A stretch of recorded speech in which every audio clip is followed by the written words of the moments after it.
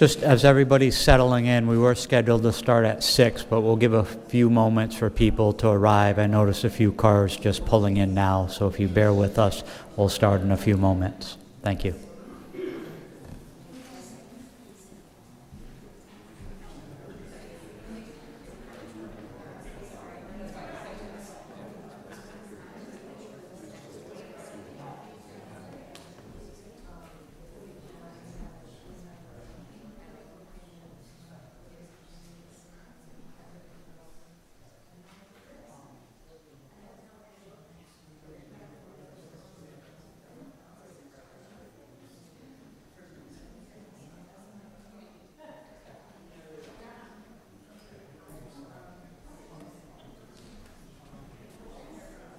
How's Don doing?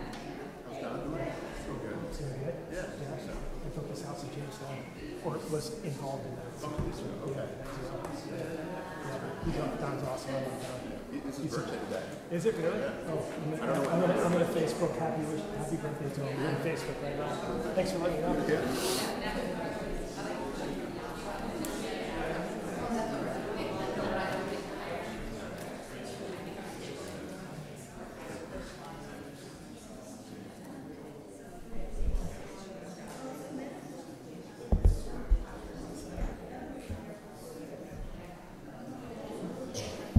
So is everybody all set tonight?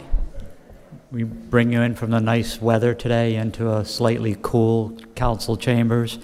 I'd like to welcome everybody to Town Council Chambers. I'd like to thank you personally and on behalf of the town for coming out tonight. We know everyone has very busy schedules.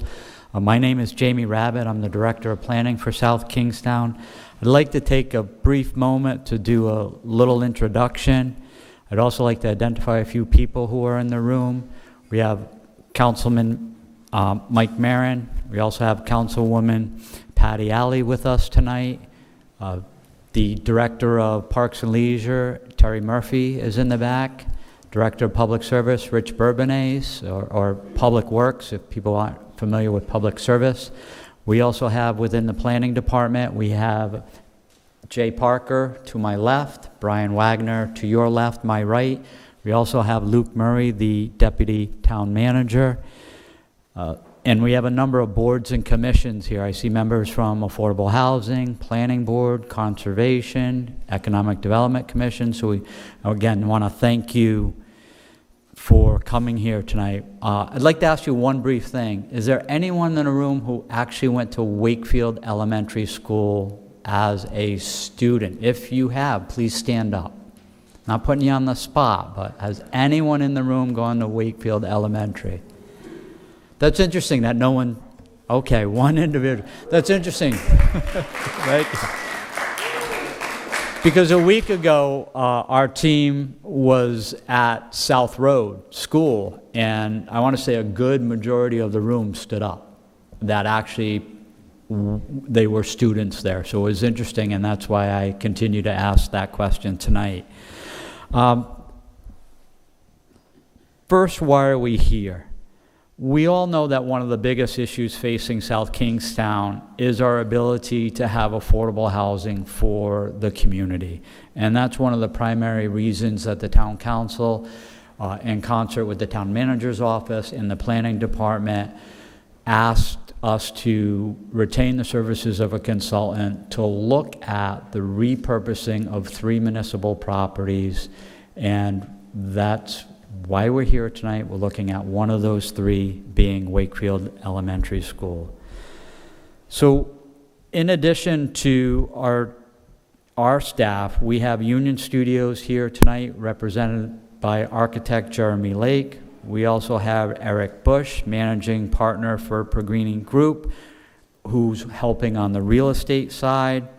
And to Jim Manny's point recently, the town is comprised of 57 square miles. That's the 2nd largest community within Rhode Island. Mr. Manny always likes to say at low tide, we're the biggest community in the entire state of Rhode Island. But he's not here to say that tonight, so I'm doing that on his behalf.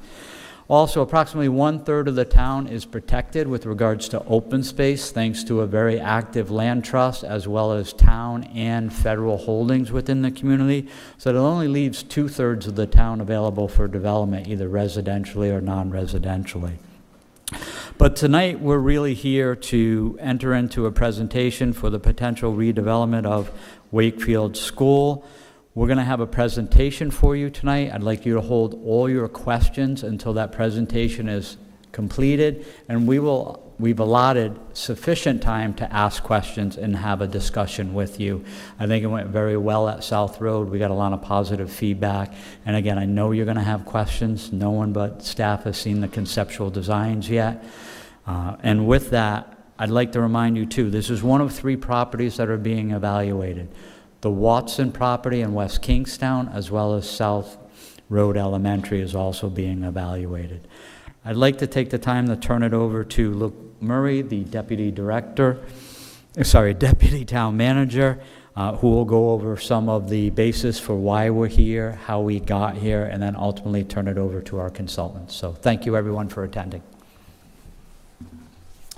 Thanks, Jamie. On behalf of the town manager, I want to extend a warm welcome and thank you for everyone who's come tonight. Unfortunately, the manager couldn't be here. He's on a plane, and good for him. He deserves a vacation too. So I wanted to set the stage on why we're here. I won't belabor it because I know you're anxious to see the designs and our presentation team, but some people may question why you're looking at affordable housing on this site. Well, we're looking at affordable/workforce-style housing on 3 sites, as Jamie mentioned, as part of an entire unit, because these are sites that the town currently controls, and we know there's an issue with affordability of housing units in town. The town council understands this, and that's why they charged the administration to look at affordable housing on these sites. And so that is our mission, that is our charge. It wasn't to look at, I know that some have looked at incubator space, to look at multi-use there, and that all may be on the table for the town council eventually. But our goal is to report back on what our charge was, which is how does housing potentially fit on this site? And so that's why I asked that the audience really stick to that framework tonight, because that's what we need to bring back to council. We're going through the sessions on each one of these sites. We want to get your feedback, so I encourage you to ask questions, explore, talk to the design team. They're the experts, and we have town staff here to also answer questions. We're also going to be having a separate meeting, and I know there's a lot of you in here from boards and commissions. We specifically wanted to identify boards and commissions that would be involved in this process, to bring them to the table and offer the opportunity to comment separately. So we'll have a uniform process for doing so. We'll have forms that you can go out to your individual boards and commissions after a presentation, provide written comments that we can take back to the council. And so what we'll do is we'll synthesize all of this information, right? We're getting it from the broader community, from boards and commissions, from our consultant, and we'll be bringing that back for council consideration. But I want to be clear, ultimately this is a town council decision on what happens with these sites. The Wakefield Elementary School site, just so everyone understands, is not currently under the town control. The town owns it, but is under school control at the current time. So we still have to go through the process of accepting that property back in inventory. Why do I say that? Because we're really early in the process. There's time for planning and thoughtful design and debate and all the things we need to do to come out with a responsible plan for the site. What we don't want to do is take forever to do it. We saw our South Road, we just had that meeting, that has sat for a very long time. This council has been committed to moving this process along, coming up with thoughtful decisions, but then executing. So we want to be able to get to a point where we have an informed decision moving forward. So without further ado, I will pass it over to Union Studios to give their end of the presentation. And again, I encourage you all to be a part of the process tonight and ask questions, and certainly you can facilitate however you would like to. Thank you, Luke. Good evening, everybody. My name's Jeremy Lake. We made these guys all these nice slides, and they decided to ignore them and just talk over. So I'm just going to tab through these quickly. We don't need to go through these again. This is basically everything that they just stated. This one I think is worth just revisiting quickly. Tonight's meeting is a chance for you guys to provide your thoughts and opinions. These are concepts. These aren't literal plans being put forth. We're not going to all vote on number C tonight and start building tomorrow, right? we drew up some things tonight just to get some conversation going, right? We have to put something on the wall to throw darts at. So we just want to make sure it's clear. Tonight's meeting is not a presentation of what definitely will be built at the site. It's just to provoke some conversation. This is just the beginning of the process. Again, last week we were at the South Road School. This week we're here. Next week we're going to be here again, but we're going to be talking about the Oliver Watson House site over in West Kingstown. And as Luke mentioned, we will also have a separate session with the boards and commissions, all of this building towards a session eventually sometime in October. We haven't determined when exactly with the town council to report back.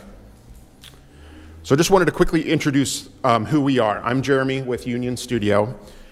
We were founded in 2001. We're 36 strong. Most of us are in the Providence office. We have a handful of folks in a Philadelphia office.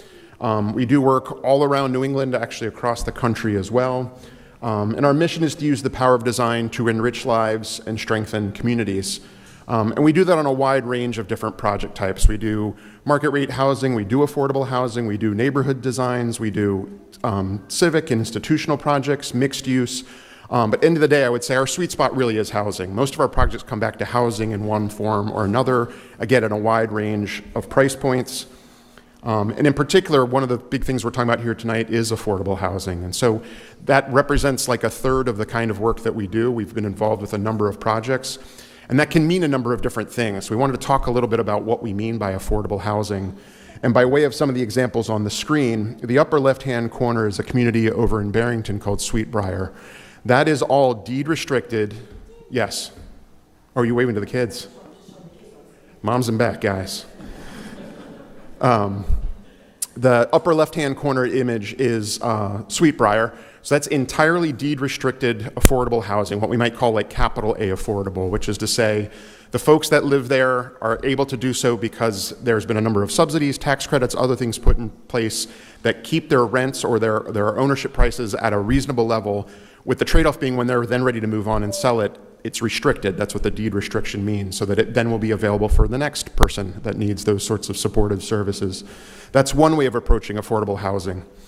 The upper right-hand image is our project in Brewster, Massachusetts called Brewster Landing. And this was done through, in Massachusetts, they call it the 40B process. Here it's called a comprehensive plan permit. But the idea is that a private developer can build a community, and if they deed restrict 25% of the units, they can sell the other 75% or rent them at full fare.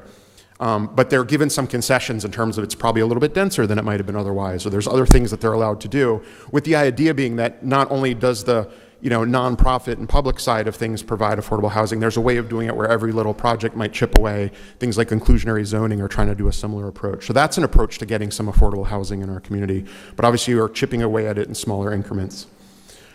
The lower right hand is a project of ours in East Greenwich, Rhode Island called Cottages on Green, and this is what we call attainable housing. The idea there is that through a combination of things, in this case it was doing very compact designs, so those units were only like 800 square feet. Don't know how to get rid of that. Let's see. Reboot is required after updates. Please save your work to avoid reboot now. Let's say no. All right, good. We're all on the same page already. I love it. The lower right, the combination of keeping the unit small, so only 800 square feet, and then also doing it in a community that's fairly compact, so you're spreading things like land cost, infrastructure cost, approvals costs out. The idea is that you're just doing everything you can just to bring that original sales point or rental point that much further down so that they are more attainable. So these are all terms we're using interchangeably. All of these might be strategies we consider here. The point just simply being there's a number of ways of thinking about these issues. There's not a one-size-fits-all solution. And the image in the bottom left, that's the Pineview Apartments just over in Exeter that we did with Women's Development Corporation. I saw some of them here tonight. Just another approach here as well, where those structures, even though they look like a big single-family home, actually have 4 units inside of them. So there's also ways of being clever about creating density that can help maybe lower some of those costs, but in ways that feel like they're appropriate or still could fit into what might otherwise be a largely single-family house kind of community. So a number of different ways of thinking about it. We're familiar with all those ways. I also did want to share that we at Union Studio, we've been involved in South Kingstown for quite a while in a number of different initiatives. Even though we're based up in Providence, I'm driving down here all the time. This one in particular was an effort we did a few years ago working with the planning staff we did an inventory of all of the sort of things out there that weren't either a single-family home or a big multifamily project. There's a bunch of things in between that we sometimes called the missing middle, because we don't find them as readily, because for a host of reasons we stopped really building them after World War II. But the good news is when we looked around in the historic villages, we looked in Peacedale, Wakefield, Matunic, West Kingstown, we found examples of these things, little townhouses, cottages, manor houses, like that example I showed a minute ago. And it was great to kind of investigate those and try to understand how would those work in the community still moving forward. And what was really beneficial was we helped write the cottage ordinance that's been in place here in town for a couple years now, based on some of those metrics. It was like we tried to find the DNA in the community itself and then translate that into a code that could be used to provide for cottages. And then lastly, this is a project we're working on currently. This is with the South Kingstown Housing Authority, a revisioning for the Champaign Heights project over by Curtis Corner. That's a number of families that are sort of in real need of new housing, applying a lot of these principles, community-based stuff, homes that should look like they feel like they belong in the broader South Kingstown community. So again, we're involved with these issues in town, and we're excited to continue to be involved with these issues in town. So with that, I'm going to let Eric Bush from Peregrine Group introduce himself. Thanks, Jeremy. Good evening, everybody. Eric Bush, as you said, managing partner of a firm called the Peregrine Group. We are real estate advisors, so 20-year-old firm based in East Providence. We spend a lot of time all over the state. And essentially what my role here is to really kind of supplement the design side with kind of bringing that lens of development and financing. So what our firm does is we do kind of full spectrum from early on concept and strategy work, manage projects through all stages of design, construction, a lot of emphasis on financing and a lot of times public and private partnerships, some of the tax credit sources that Jeremy had mentioned, kind of the complicated funding for the most part. And then we also stay on in a lot of cases and either do asset management or management after the fact where a project is done. So we like to think we have kind of the full spectrum from a real estate development perspective. And for these purposes and purposes like this, to be kind of the voice in the room that says, well, what about this? Or you might want to be concerned about this risk, or this is some financing tool that might be available, or some balance that could help a project really be more easily implementable. So I always joke, Jeremy and Union gets to draw pretty pictures, and then I come along and poke holes in it and say, that'll never work, let's do it this way. But sometimes that's needed to make it more of a holistic picture that allows it to move forward. So again, sort of supplement to the process, but certainly want to help keep the perspective in the conversation to be design, of course, and form and function, but really also some of the other aspects of development that could help things be more successful.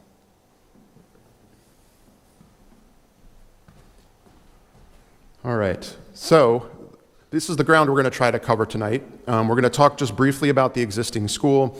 We'll share a few sort of the considerations from a development perspective, things that are in the back of mind as we go through these and try to think about these things. Then, as I mentioned, we'll share a couple of concepts, again, things just to get a conversation started. And then at the end, we'll definitely leave open a lot of time for discussion, questions, and then wrap up with some next steps. All right, the existing school. So as Luke mentioned, there's certainly a number of uses being considered for the existing school, but our task, we were asked to think specifically about housing. That was what our job was. And it's worth understanding that the school that's out there today, the majority of it was the original building that was built in 1964, and then there was a small addition put on in 1990, which is to say that building is 60 years old. If it were to continue being a school, I'm sure it has a number of upgrades, systems, lots of things that would need to be done. But it's particularly difficult when you're thinking about housing, retrofitting a school like the Wakefield Elementary School into housing. It was just never really designed for that purpose. Yes, there are classrooms. You could imagine throwing a couch and a bed in there, you're good to go, but there's no plumbing there for a bathroom. There's no, HVAC set up for a bunch of individual units. The insulation's outdated. The structure isn't really correct. So the reality becomes really cost prohibitive to convert schools, any school really, into housing, but in particular this kind of a vintage of school, right? It was very much purpose built. The examples that you sometimes find are often much older schools that were built with the same sort of bricks and wood that you would of the same an apartment building of the same vintage. And those often tend to be multi-story buildings where they're a little bit more efficient with things like circulation. They tend to have historic designations, so there's a lot of interest in why we're trying to preserve those buildings. They tend to be in high-value urban areas where it doesn't make sense to tear something down. You really do everything you can to repurpose, reuse. But they still often require a lot of subsidies and tax credits. I think a great example of town is the Hazard School. If that ever stopped being town administration offices, I would hope that would get converted to something like housing. But unfortunately, the Wakefield School is not a good example of something that we would imagine repurposing as housing. So we just wanted to set that tone. Again, it's not to say it's getting torn down. It's not even to say we're going to be doing housing on the site. But again, our task was, if housing, then what would be something that might be appropriate? Reusing the existing school isn't that. Development considerations. Do you want me to talk through these? Or do you? I'll do these and I'll pass it back to you. So there's a number of things that are considerations. When we had the South Road meeting, these were a lot of the questions that came up as we went through that were excellent questions. And we thought this time, well, let's just get those out in advance so people are aware that there are a lot of things still yet to be determined. For instance, how many units and what type of units? The town didn't come to us and say, there have to be 40 units, they have to be 12 of this, 6 of this, 10 of that. The idea was like, let's just test out a range of things and see how it feels, how it plays out. So we don't have any kind of marching orders there.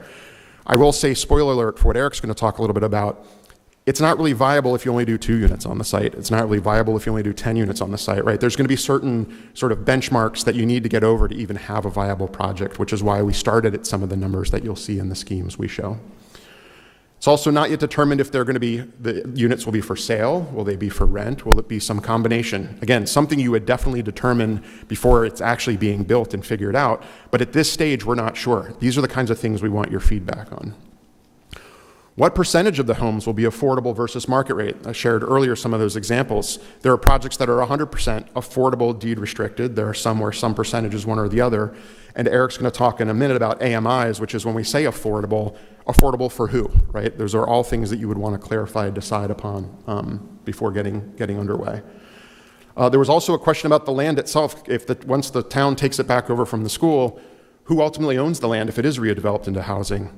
That's still to be determined. Does the town retain ownership and lease it to somebody else? Is there a public-private partnership? Do they just sell it off to a private developer or multiple developers? All to be determined.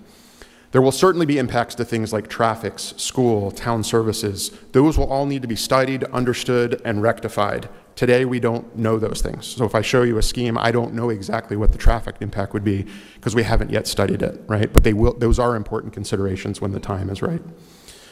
And then another issue that came up in a lot of the conversation at South Road was really, how do we restrict having these be short-term rentals? I know it's a real concern in town these days that there's students moving into some of the housing and they're obviously there for a few months, then they're not there. Airbnbs, I know, is a big consideration with a lot of communities these days. Again, we haven't determined whether or not there will be restrictions or won't be restrictions, but would love to hear your feelings about such things. Is that a good thing to have more opportunities and options in town, or is that exactly the kind of thing you're really afraid of when we talk about new housing?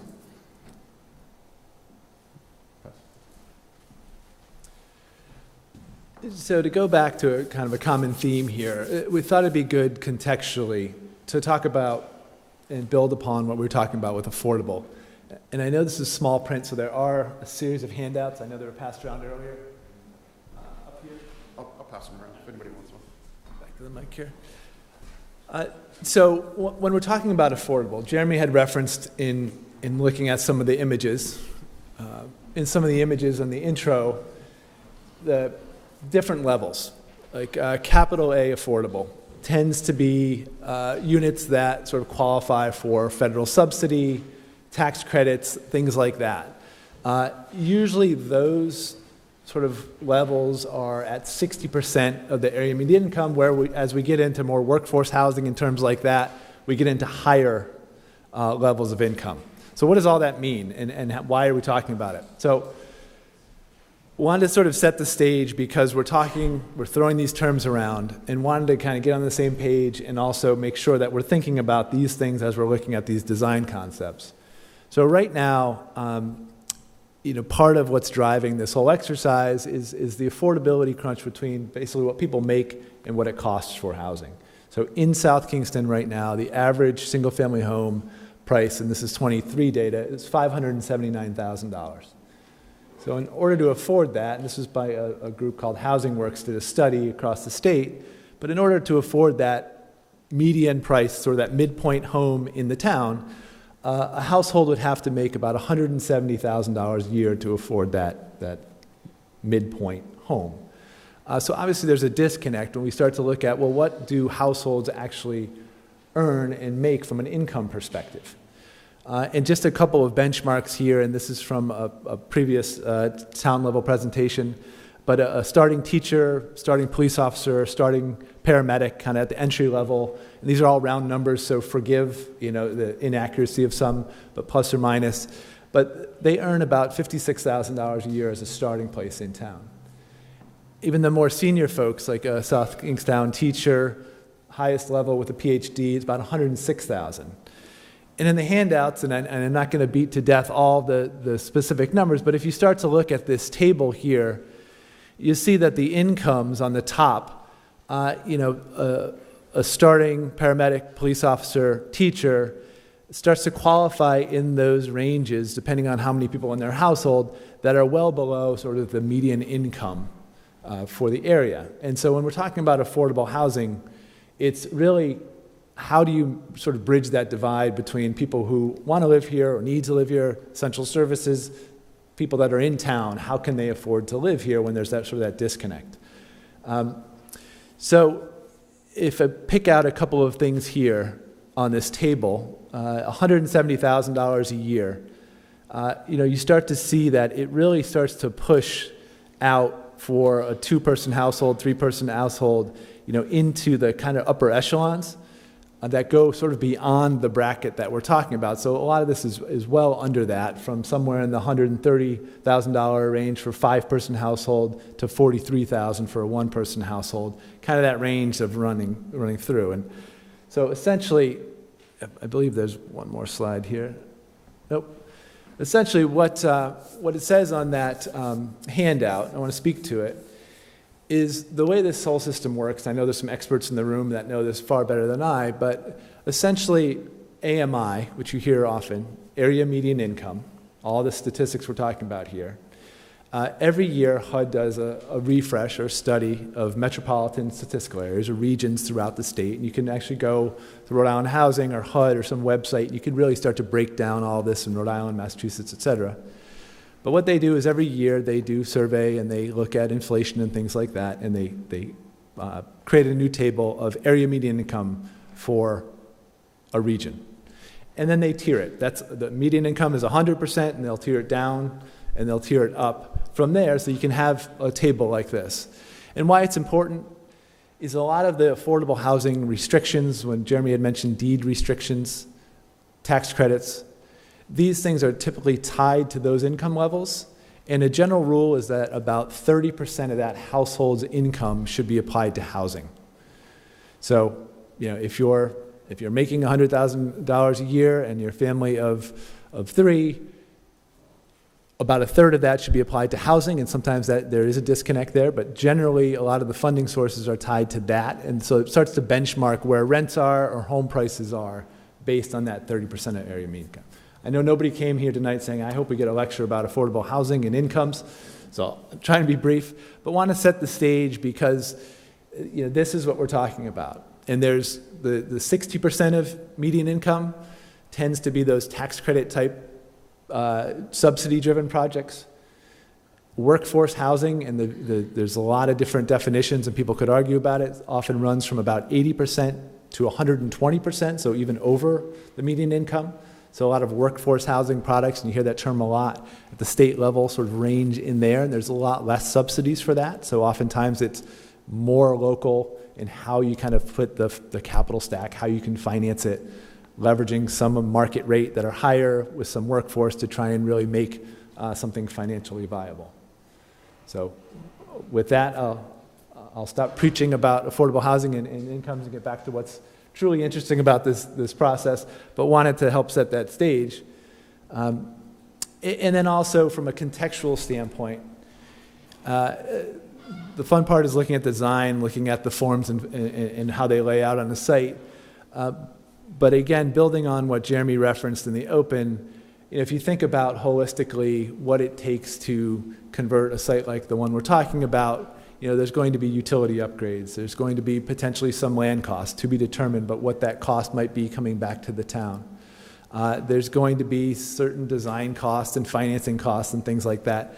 The more units you have, the more spread out those costs are. So oftentimes that sort of fixed cost, and they're somewhat fixed, but fixed costs start to really help to dictate if it's viable, you have to go maybe more than the 2 units that were referenced, and what is that sweet spot. And then again, the mix of affordable units to meet the needs of the community and members of that community, with the potential to go with market rate units that might help sort of self-subsidize within a development, the ability to lower the rents, lower the for sale prices to let people afford it. And then just my final point on this, and I know I'm repeating myself a bit, oftentimes if there's people in the room that says, let's go all 50% median income and 1,000 units on site, then it becomes, okay, those require quite a bit of subsidy, you're kind of in line, you're competing for a lot of those tax credits and federal dollars and things like that, and it takes a long time, and it becomes a challenge. So it's always about this balance, and my point here, and my role here, is to try and make sure that we're all thinking about the whole contextual envelope here, all the various components, and how do we keep something that's a solution that has that right balance to meet the needs of what's been defined. So, with that. And obviously, we were just trying to do a pretty quick primer on that, but I know recently Brian did a presentation, was it to town council, about some of these issues? And yeah, so look him up on his YouTube page or wherever he is, and there's a lot of good context. This is an ongoing conversation in town. Some of you have probably been a part of that conversation, but if you haven't been, you can look back and kind of get caught up on some of those things too, which I think is useful. So let's talk about a few potential options out here on the site. So this is the existing school property and school as it sits today. The yellow lines are property lines. And so one thing I did want to point out is that the property that the school is on extends south of the school as well to the large park that's just below, just on High Street. You can see where the pedestrian bridge comes across. Obviously the property extends all the way over to the bike path. To the north, we're up against the back of some of the homes that are up on North. Is it Northrop or North Up? North up. It's useful because in this map, north is up, so I'll be able to remember that. And we also have a couple of homes that are on High Street that actually back onto this property as well. And this really funny condition of School Lane. School Lane comes down and connects there at the top. The homes that are on the left of School Lane are really fronting on High Street, and it's kind of like their backyard. And then the homes that are on the right side of School Lane, they front onto School Lane. So School Lane has this kind of funny relationship that we were trying to be mindful of when we were drawing this. That we'll talk a little bit about. It's not a bad thing, I'm just saying it's an interesting condition. And one thing we wanted to clarify too, even though all of that parcel is technically the school property, we aren't suggesting that that entire property be considered for housing. So for instance, the park should remain a park, will remain a park. It's recently been designated and started to be delineated as a historic park, and it will continue to be so, which is good news. But even beyond where that historic designation ends, I still think there are certain other areas, like along the waterfront, especially as it connects over to the bike path, we shouldn't push the envelope there either, right? We should leave that waterfront edge still feeling very public, very connected, almost an extension of the park, as it is today, right? That's how it feels when you're walking around the school.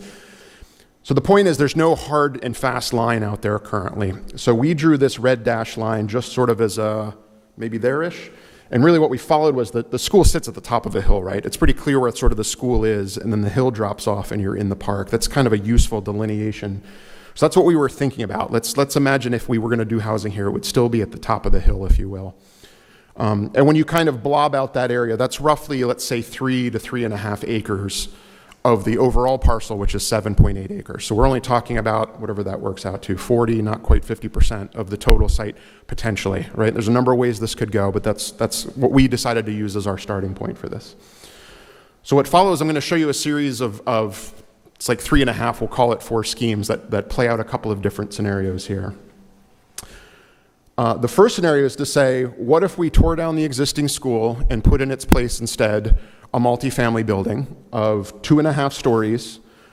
We'll keep it up at the top of the hill. I'm going to tab to this quickly just so you can see That dashed footprint is the existing school. So it's not literally the same footprint as the existing school. It's actually a little bit more consolidated, and it's moved a little bit further from the homes that are on Northup Street.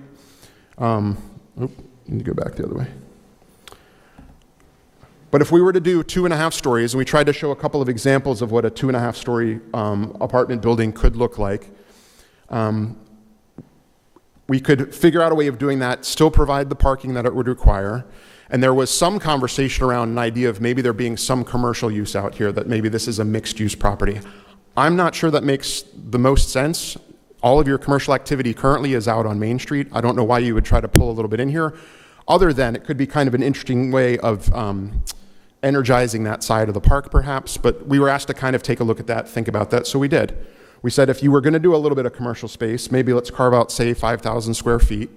You'd put it where you could see it from High Street, where you could see it coming across the pedestrian bridge.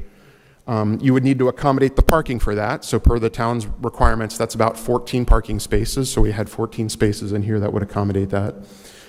I would suggest even in a scheme, if that isn't commercial space, that's likely where you'd want to put the lobby and the amenities and some of those things for the apartment, the multifamily building in any case. So it would still have something that feels welcoming. There'd probably be a grand front porch there. That's what we would design for at least.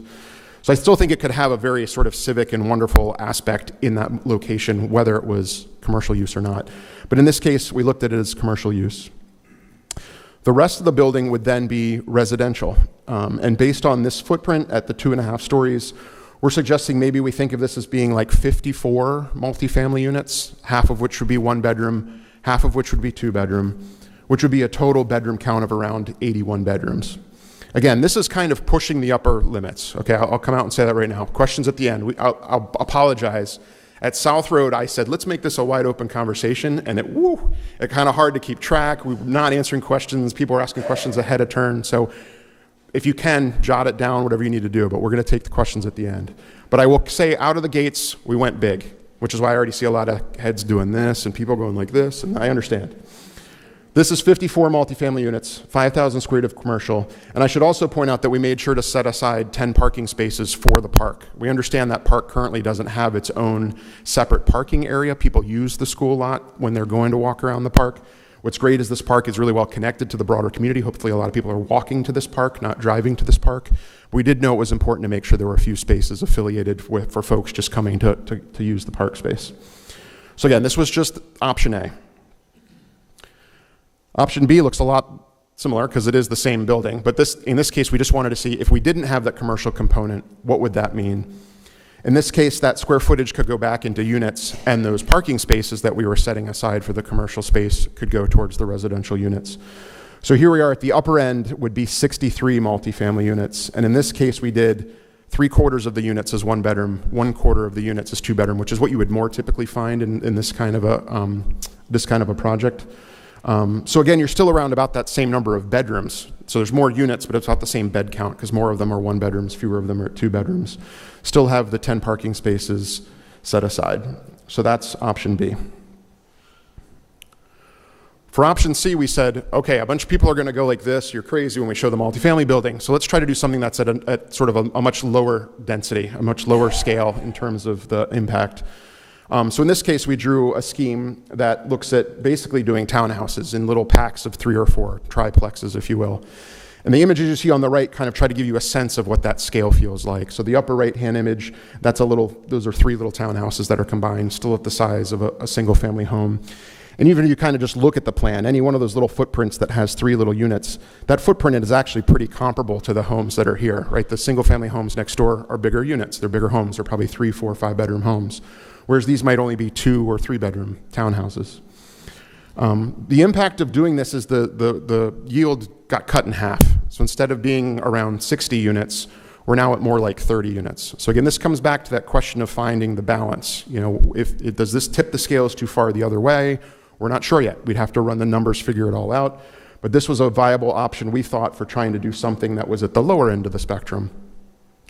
In terms of the way it's configured, you can see we've introduced a new road coming in off of High Street. That serves as a really nice way of delineating what would be the public park, you know, towards the pond. And anything on the other side of the street is probably more so what the residents are doing or using. So you'll see we also folded the townhouses in so that they created this nice little interior green space as well that would be sort of I think it would still be open to the public, but the idea is that it's really more so available for the residents to use. The lower right-hand image gives you an idea of what it's like when a townhouse is just sort of fronting onto a green instead of fronting onto a street. So that was an idea we thought it'd be nice to sort of expand on the open space that's out here in the midst of this too. Otherwise, most of the parking we tried to consolidate basically sort of at the back of the units. We don't want anybody to have to kind of arrive at a parking lot and then get to their front door. This is just a more civic way, a nicer way of doing it. And you can see that's where School Lane, for instance, really that's only connected to that sort of parking that's behind the units. So we wouldn't imagine anybody driving through here and cutting through or doing anything. It's really just the residents that live here would be using that street. I imagine you could even cut that off and make it emergency access only. That would probably be totally viable in this case as well. Otherwise, some other little things in the park, you can see we just showed the idea of the trails and things connecting and extending over, connecting to the bike path. So again, I think this could strike a nice balance between providing for housing, but also providing for additional amenity on this site versus what's out there today for the broader community. As I mentioned, though, this one was sort of tipping the scales the other way. Now we're down to 30 units. So we said maybe there's a middle ground, which is what this last option is that we're going to share tonight, option D. So what we did here was, if you remember back when I was showing some of our previous projects, I pointed out the buildings that were at Pine View that are the little 4-unit buildings. We sometimes call those a manor house. So the thought here was maybe along the park's edge, we could replace a couple of the triplexes with some of these manor houses so we could get more like 6 units in those buildings. Again, they're at the scale of a single family house. What's nice is now we might have 1-bedroom units in there versus 2 or 3-bedroom units in the townhouses. So we end up providing for a mix of 1, 2, 3-bedroom units, again, trying to appeal to or address a wide range of needs. The good news in doing that is, again, a very similar layout, a very similar feel when you'd be walking down the street. But instead of being at 30 units, now we have 20 townhouses plus 30 units in those little manor houses, so you're at like 50 units. So again, the idea was here to try to find maybe there's a middle ground where we could have our cake and eat it too. So that's what the approach was trying to show here.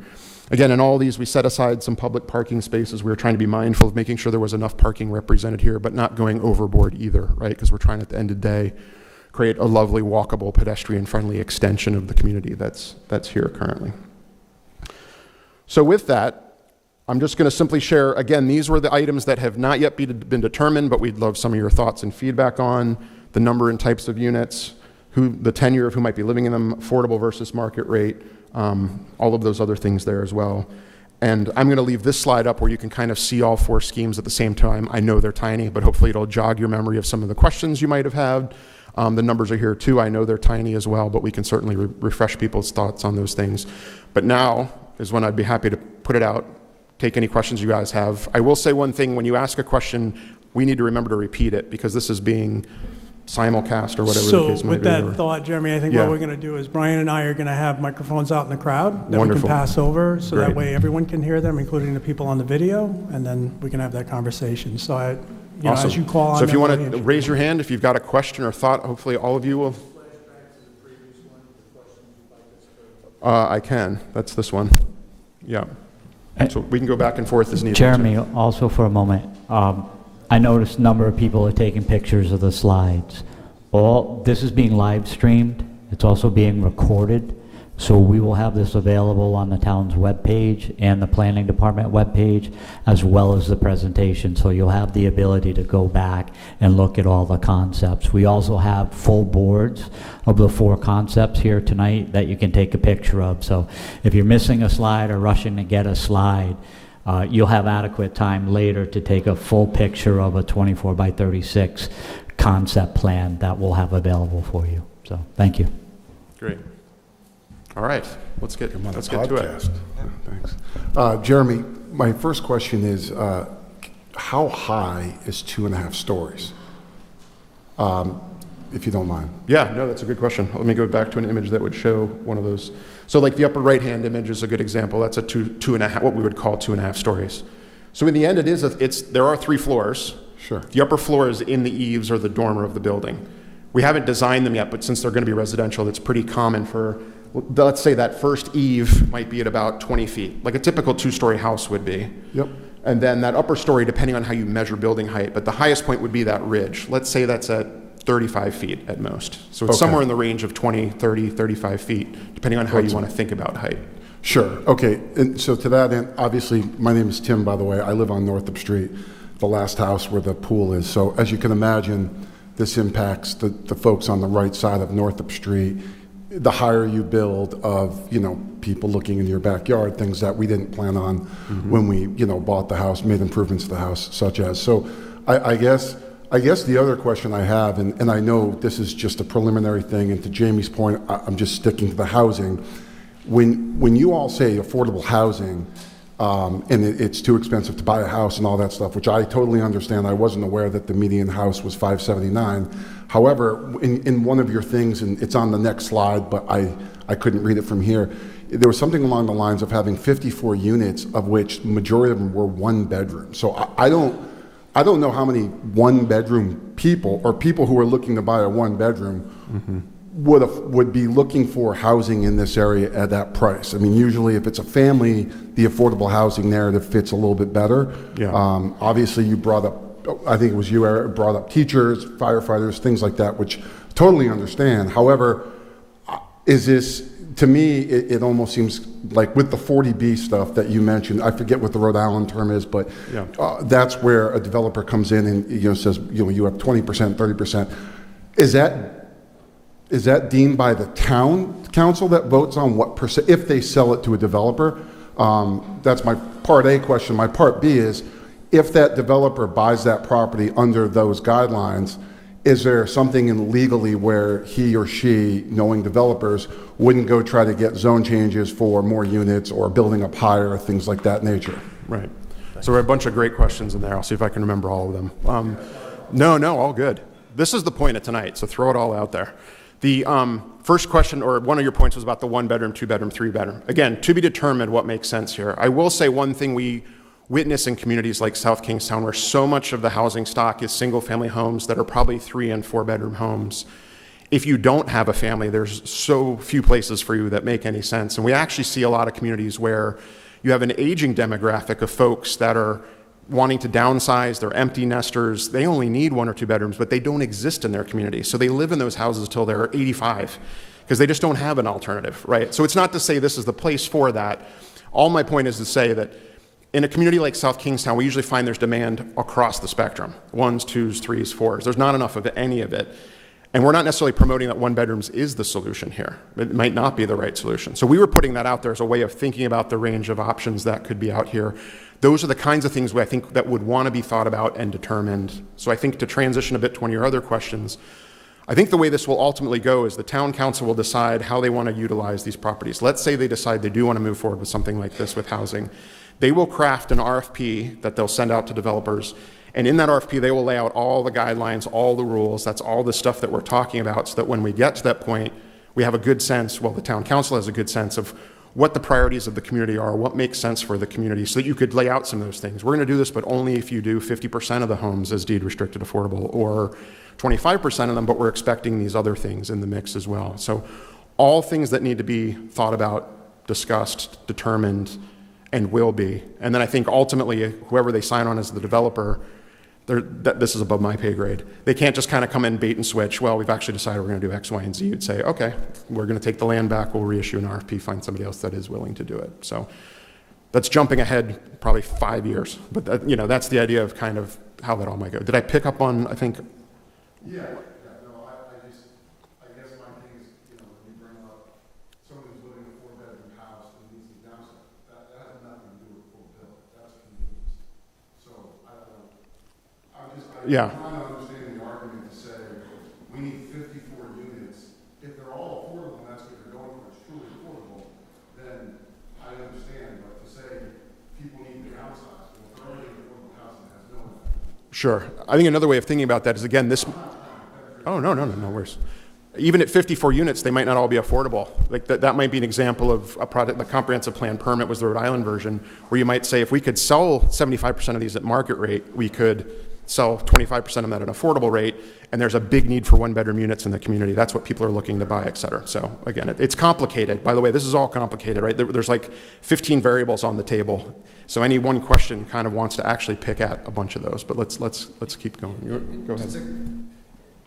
And just to complicate it more too, a lot of the conversation is sort of thinking for sale, but rental, I think it shouldn't be off the table. I'm sure there's some folks that would say rental is a need. But that, yeah, I'm sure would change some of your questions a little bit and probably amplify concerns, but. Raise your hands when the microphone comes to you, you're up. Joanne Lapp, 31 Winter Street, right in back of St. Francis. Maybe I'm very naive, but I don't understand where the money is coming from. Is this like my taxes paying for this? Or I know a school is going to be built here, millions of dollars.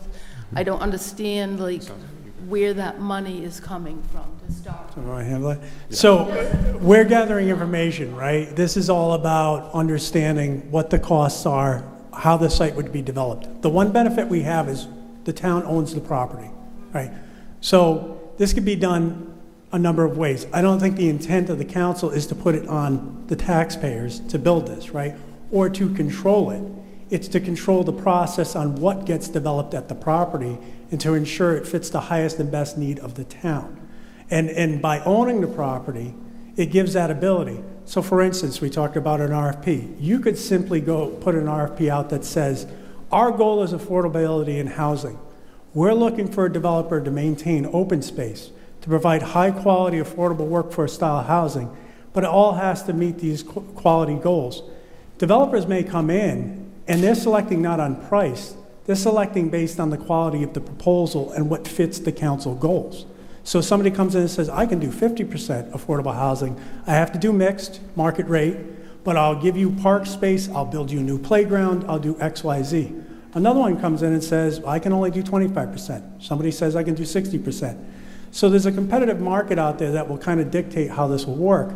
What we're trying to do is lay the groundwork for developers so they can understand, does it potentially work? What are the town goals? And that is defined by the town council. So when you ask about funding, I don't have a direct answer on that tonight because the town council doesn't have a direct answer. I can tell you that the goal is not to put anything on the taxpayer. It's more about fulfilling the goals broader of the town of providing affordable housing and bringing those who cannot afford. We hear a lot about the families whose child can't move back into town after graduating. I think that is the goal, is to get those residents some affordable housing so they can stay here, so they can live here. Does that answer your question? Broadly? One other question, too. I'm just thinking like the 81 units, where is the opening coming in to High Street? Because we already have visiting nurse just moved in down at the bottom. That traffic down there is already very bad, place for accidents. There's no traffic light at the bottom of this hill. I used to be a visiting nurse, so that's hundreds of cars right there going in and out that we didn't have before. I just hear the police coming down here driving so fast. I'm just worried about if there's 80 units, how much more traffic is that? That's a lot. So, I mean, I think you'll say this, but, I'll say it anyway. Any development proposal, whether it's 10 houses or 100, right? I know it's not what, I'm throwing that number out there, would go through the same development review as any other development, right? So things like traffic impact studies would be done. There'd be, drainage plans and engineered plans and all the look-ats by the planning board. So the difference here is we control the process. So somebody mentioned the state comprehensive permit. Because we do not meet the minimum 10% of affordable housing, we're subject to the state coming in, or essentially a developer coming in and saying, we'll provide 25% affordable mix, and we can do pretty much what we want. And we have limited control over that process. By doing it the way we're proposing, or potentially proposing, the town council and the town as a whole drives the process, right? And we can achieve the goals and address the concerns. So that's why important you're bringing that up. It's a fantastic point. Like, what about traffic? So maybe it's not 80 units. We look at a traffic study and it's like, maybe the roads can't support it. But we have to find the mix that will support that and also achieve the goals, right? So nothing's predetermined here, but it's a fair point. Did you have anything else to add to that, Jeremy?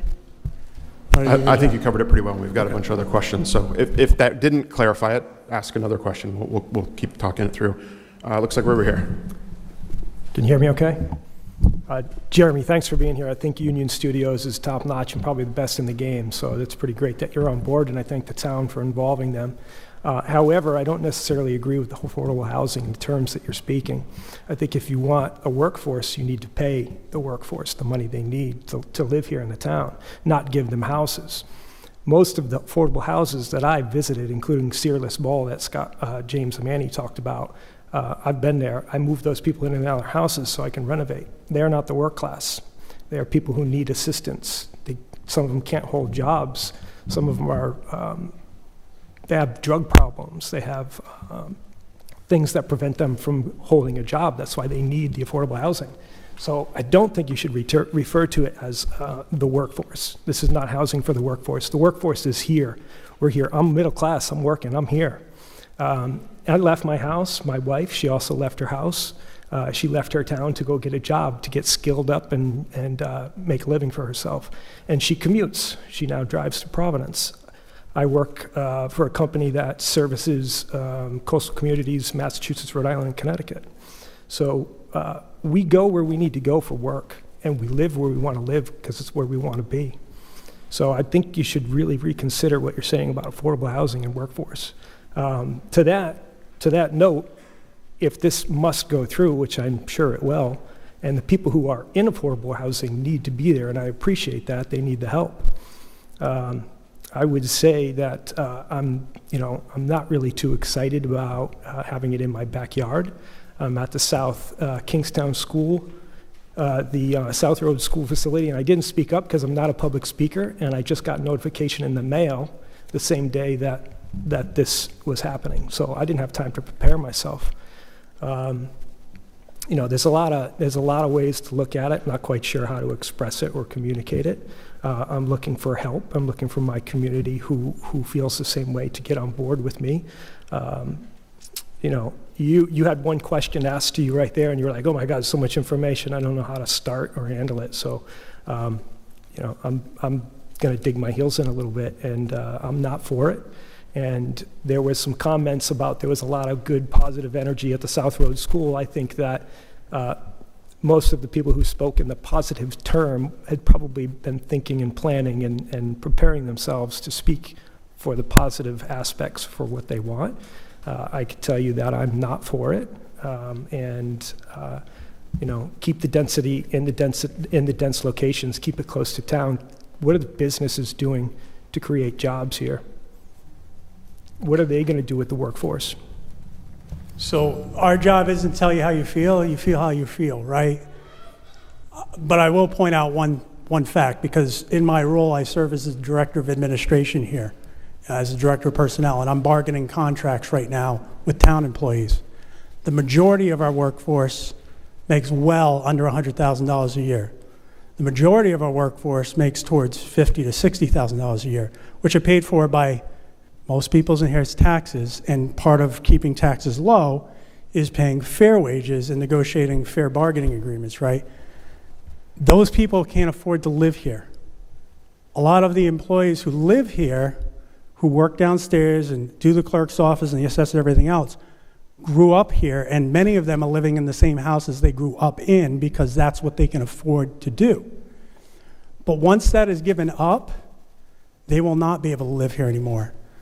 I make much more than many because I'm upper administration. I can't afford to live here. I live in Coventry. I haven't made the jump because I cannot find anything that would suit me and my children in South Kingstown. So I only provide that for levity, is that when we talk about affordable housing, it's not them, it's me, it's them, it's this. So I'm just trying to, and that's a council to call, and I urge you to attend the council meetings and let them know your voice. But I think that's the discussion we also need to have, is that the numbers that were shown tonight are not really small salaries. So that's all. Just, again, Jamie Rabbit, Planning Director, just to follow up one thing, I just want to clarify a point. This isn't a discussion about subsidized rents on a monthly basis or a subsidized purchase price. This isn't a voucher program. This isn't a continued subsidy. This is about putting housing into the marketplace. And again, Jeremy talked about it, Luke talked about, we don't know how many may be market rate. We don't know how many will have a depressed value because of the financial gaps, but it's the potential to not have to have a starter home at 579, to potentially have a starter home available in the with a 300 in front of it. But it's not a subsidy that you hand cash to the purchaser. It is subsidized through a development scenario of getting the funding gap. So, you know, right now in town, a typical house lot is $350,000. So if you can only afford a $350,000 house, you can't afford to move here because you can't even buy a house lot and put a tent on it because the house lot exceeds the price of the home you can afford. So again, it's not a voucher program in a standard form. We have other entities in town who provide that level of housing. So again, this is looking at a different matrix, a different delivery mechanism. The private sector is doing this every month to us. And to Luke's point, when the private sector does it, they have no standards. They don't have to deliver a home with architectural features. They don't have to deliver a home with open space. They don't have to deliver a home to potentially residents. They don't have to deliver a home with some parameters built around it. And in discussions over the last 2 years with council, that in the framework, if any of these projects move forward, that there will be stringent design parameters associated with how these get developed, so there can't be a bait and switch. There can't be a rezoning 5 years from now. So the pretty pictures, and part of why Eric's here, is Jeremy and Union Studios do beautiful renderings. But the reality side is it needs to be built, and it needs to be built, and there will be some type of funding gap, and that's when you don't look locally, you look to the state and federal government to meet that funding gap. So again, this isn't a voucher program. It's not an annual subsidy, monthly or yearly. It's putting housing into the marketplace at a different price point, and then moving forward from there. So hopefully that gives you a little more information.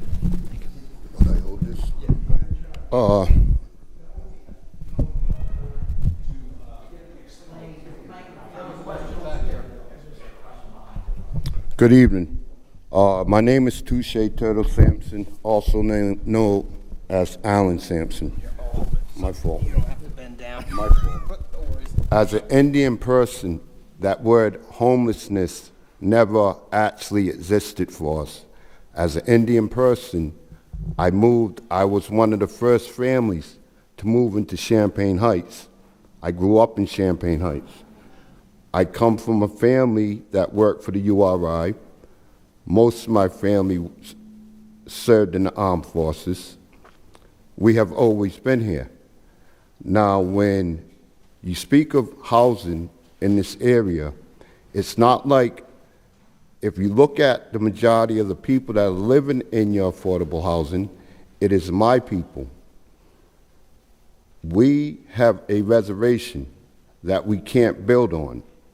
I don't understand why the town of South Kingston does not sit down with us and use the resources that are offered to us to expand on this whole project here. You know what I mean? It's like you're speaking about us, who's going to be the ones that are living in these places if they are created. And you're speaking like we just want to rely on these people, when I can sit and watch Life Below, and it says how the indigenous people, they can go into, like, you know, they have the right to build on property, build on their land. You know what I'm saying? Where is our land? You know what I mean? When is town in South Kingston going to sit down with us, and like the Mayflower, like how you first came here and we like helped y'all out, we in a position where we need help. You know what I mean? We don't need casinos. We need schools. We need housing. We need jobs. We need to be able to create ways of jobs. We need to be able to sit down with South Kingston, Charleston, and say, hold on, let's do what's best. Let's use what resources afforded to us and try to create HUD housing that we help you create. You understand? And put us in a position where we're supposed to be a nation within a nation. We're not a nation we're a nation that depends on a nation to create things for our nation. For your nation to sit back and feel as though this is what we want, when that's not what we want. We want equality, we want fairness, we want honesty, we want justice, we want just a seat at the table where what we're saying is actually being, you know what I mean? Not sitting here feeling like, you know, I want to walk out of this place because I know you're talking about me and mine that are actually, I'm in the process of looking for, I need a 3-bedroom house as we speak. I have 50-something days to find that. Like I said, homeless to me, I could go into the woods.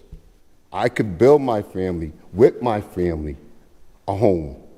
I solar it up. I could do all of that. Funding from the state of Rhode Island. We could do all of that for our people. You know what I mean? But you're not sitting here saying that.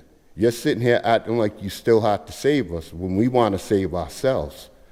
This drugs problem he's talking about, it's because there's no hope.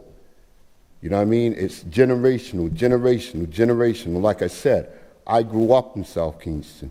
My family I grew up with my family being chiefs, sergeants in the police force. You know what I mean? My grandfather, Joseph Hamilton Rails, he came out of the manhole in 1952 and was beheaded. That year, you privatized the affairs of our people, of our land, and you took my grandmother's property from her. Ever since then, our family's just been, if you look at our genealogy, Windsor Fry helped George Watt, so we shouldn't be in this position. We should not have to keep on saying you need to remember what we did for you. And you should be in a position where you should be feeling honored because what goes around comes around. When you first landed on these shores, you needed our help. Today, we need your help, not in a point to make us feel less than or like we're neighbors that we don't want to see you no more than you want to see us. For that matter, nobody really wants a neighbor that close where, you follow what I'm saying? I agree with you 100%. I agree with him. I agree with everybody in here 100%. You know what I mean? But from our perspective, you talk about at the beginning of the meeting what should be afforded to us. Really though? That's like a smack in the face. Really though? I'm done. Thank you. Well, I'll start by just saying no disrespect intended. I think what your points bring to light is how large an issue this is. I mean, this is a huge challenge, guys. This is bigger than 3 sites in town will solve, too. I mean, the affordable housing shortage from a numbers basis is like 500 units in South Kingstown. We're obviously not proposing 150 units on the site, 150 units on the other site. We're not going to be able to solve it with these sites. These just are an opportunity to try to start to chip away at some of these issues. If there's more land available, let's get after it, right? I mean, this is a big problem.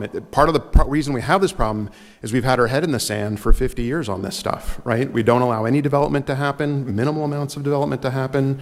If it's only provided a certain way, it's going to cost $500,000 right out of the gate. So it's a big picture. It's a big problem. There's no easy solutions to this. So I think a lot of what we're trying to get at is if the town has some opportunities here, are these the right places to grab those opportunities? And if so, what should they look like? So very much appreciate your comments, but let's definitely try to keep it moving because it's important that we get around the room and get everybody involved. Yes, sir. I disagree with you that this is 50 years in the making. I think this is the beginning of COVID, and the people that have been moving in here that have turned this into such a tourist town and has brought the market up to where it is. We're lucky we do have a home. I could never afford to move in here now with the way it is. It would be literally impossible. Mm-hmm. It doesn't do us any good with the hike of housing. If we have to sell, we want to stay here, we have to buy. So it's a wash. But your taxes are higher because of everything going on. That's just my rebuttal of what was said, but I do have a concern with where we are in town here. It's not cookie cutter. It's mill housing, it's all different kinds of housing, and what you're putting in that area, which is in this main part, to me seems like it's going to be a cookie cutter kind of development, which is not going to fit in with what is already here.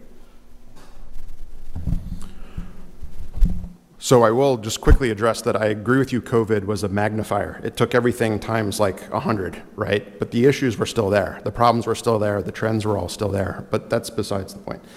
In this particular case, your point about the cookie cutter nature of that, as Jamie was mentioning, if a private developer is asked to do that, that's exactly what they're going to do. The way to deliver this is to say, here's our module. We build it 30 times. It's the only way we can keep our costs in check. This is what we do, whatever. There's an opportunity, if the town is writing their own rules about this, about how far you need to take those things. You could try to restrain the ability to do cookie cutter. You know, the cottage ordinance has a lot of great provisions in it about providing for architectural variety and making things look different, that there is some variety, because you're right. Everything else around here was built one at a time, right? So you get that really rich, varied character. So I think it's a good point. These are the kind of points we want raised. It's the kind of thing we should consider. If the town were to put this out, how do we make sure that there's enough variety here that it doesn't feel cookie cutter, that it doesn't feel like it was just, you know, an afterthought, or how quickly can we get this done with the simplest means? So, over here. Excuse me. My name is Morgan. I live on Northup Street. A couple points. All of these designs have an exit onto Northup, coming up School Street, and I live at the end of School Street, so I envision that being a massive increase in traffic kind of into my living room. So I would absolutely support the very extensive traffic survey to kind of take those points into consideration. And then there's been a couple kind of data points throughout the whole conversation. The affordable housing requirement for a town is 10%, is that correct? What is the percentage that SK is at currently? Under 5%. Under 5%? So that difference is how many affordable housing units? That's that like 500 unit 500 kind of number. unit. Yeah, that's Okay. round numbers, obviously, but. All right. Yeah, so I mean, this proposal is basically doubling the size of the neighborhood, roughly. When that's a pretty substantial kind of impact to the neighborhood. So maybe I'm stating the obvious, but now I'm on the record stating it. So. No, and I think that's an appreciable point. And I think one of the challenges here, especially when we look at the three different sites under consideration, this one is right in town. In other words, the logical approach would be this is the one that should have more density than the other ones, because then people are closer to town. Now, you could say that, but that's not fair to the people that are here either, right? So that's where the overall picture is, how do you find that balance? Not so many that it goes crazy, but enough that it makes some sense. And you're trying to solve for a number of things. And I think specifically to your point about School Lane and that connection there, I think in any of these scenarios, the fire chief at the very least would say, I'd really love to be able to come down there in the case of an emergency. But I think in any of these scenarios, you could easily say that is otherwise closed. In other words, the fire truck or nothing. So I think the good news would be that the traffic would be pretty minimal. Again, all these things would need to be studied, but based on other projects we've worked on, I don't think that's an unreasonable thing to imagine here. Otherwise, my hope is it would be similar to when school lets out and comes to go. I'm sure there's people driving up and down there dropping off kids. I don't know. But when it was in operation, I bet there was a limited amount of traffic coming and going up there. Probably would be comparable, but still, those would all be things that would be studied, understood, mitigated. There was a question about all the traffic and the intersection down the way. Mitigations could happen there. Maybe you put in a light, maybe you do other things. All those things have to be solved for in any project. In any project we work on, you have to solve for those real challenges, those real issues. So, all right, who's next? How about over here? Thank you. My question has to do with a couple of things. First of all, I live on South Road, directly across the street from the South Road School. I'm going to make a wild guess here that the development cost for the South Road School and the Wakefield School is going to be higher than average because you've got to remove buildings. At South Road, you're going to have to build, a quarter-mile sewer connection to get out to Curtis Corner Road to the sewer connection. other costs are going to be higher. And given the comment about $300,000, how do you get to $300,000? Is the land just going to be given to the developers? And say, here's a piece of land with a big building on it, go tear the building down and come up with affordable housing. Do you want to clarify that? Yeah. I'll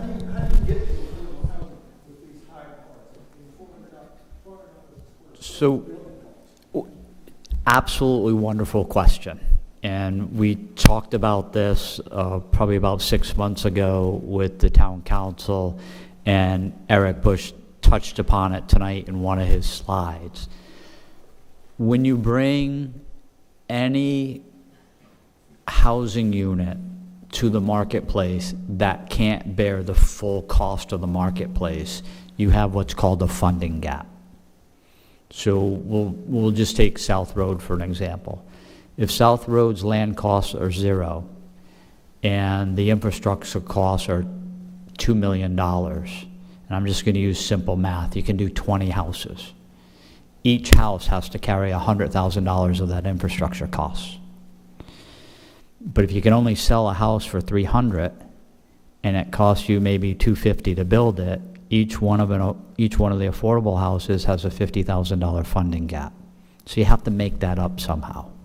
So the first place you look is what's available from the state as it relates to infrastructure assistance to build that infrastructure. You look for grants and you try and minimize that funding gap.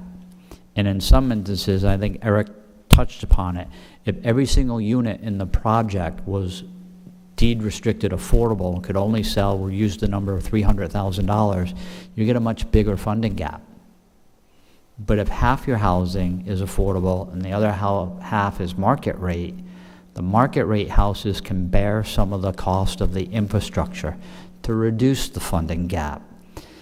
But to Jeremy's point, Luke's point, and our point tonight, we don't know where we are yet with regards to market rate, affordable units, what subsidies are going to be available, but we do know there will be a funding gap because someone has to pay for those infrastructure costs, and we have to figure that out. So to Jeremy's point earlier, I like the terminology he said, we had to draw some concepts so you can throw darts at them. Usually it's a dart and a bullseye and the screen blows up. We don't know that.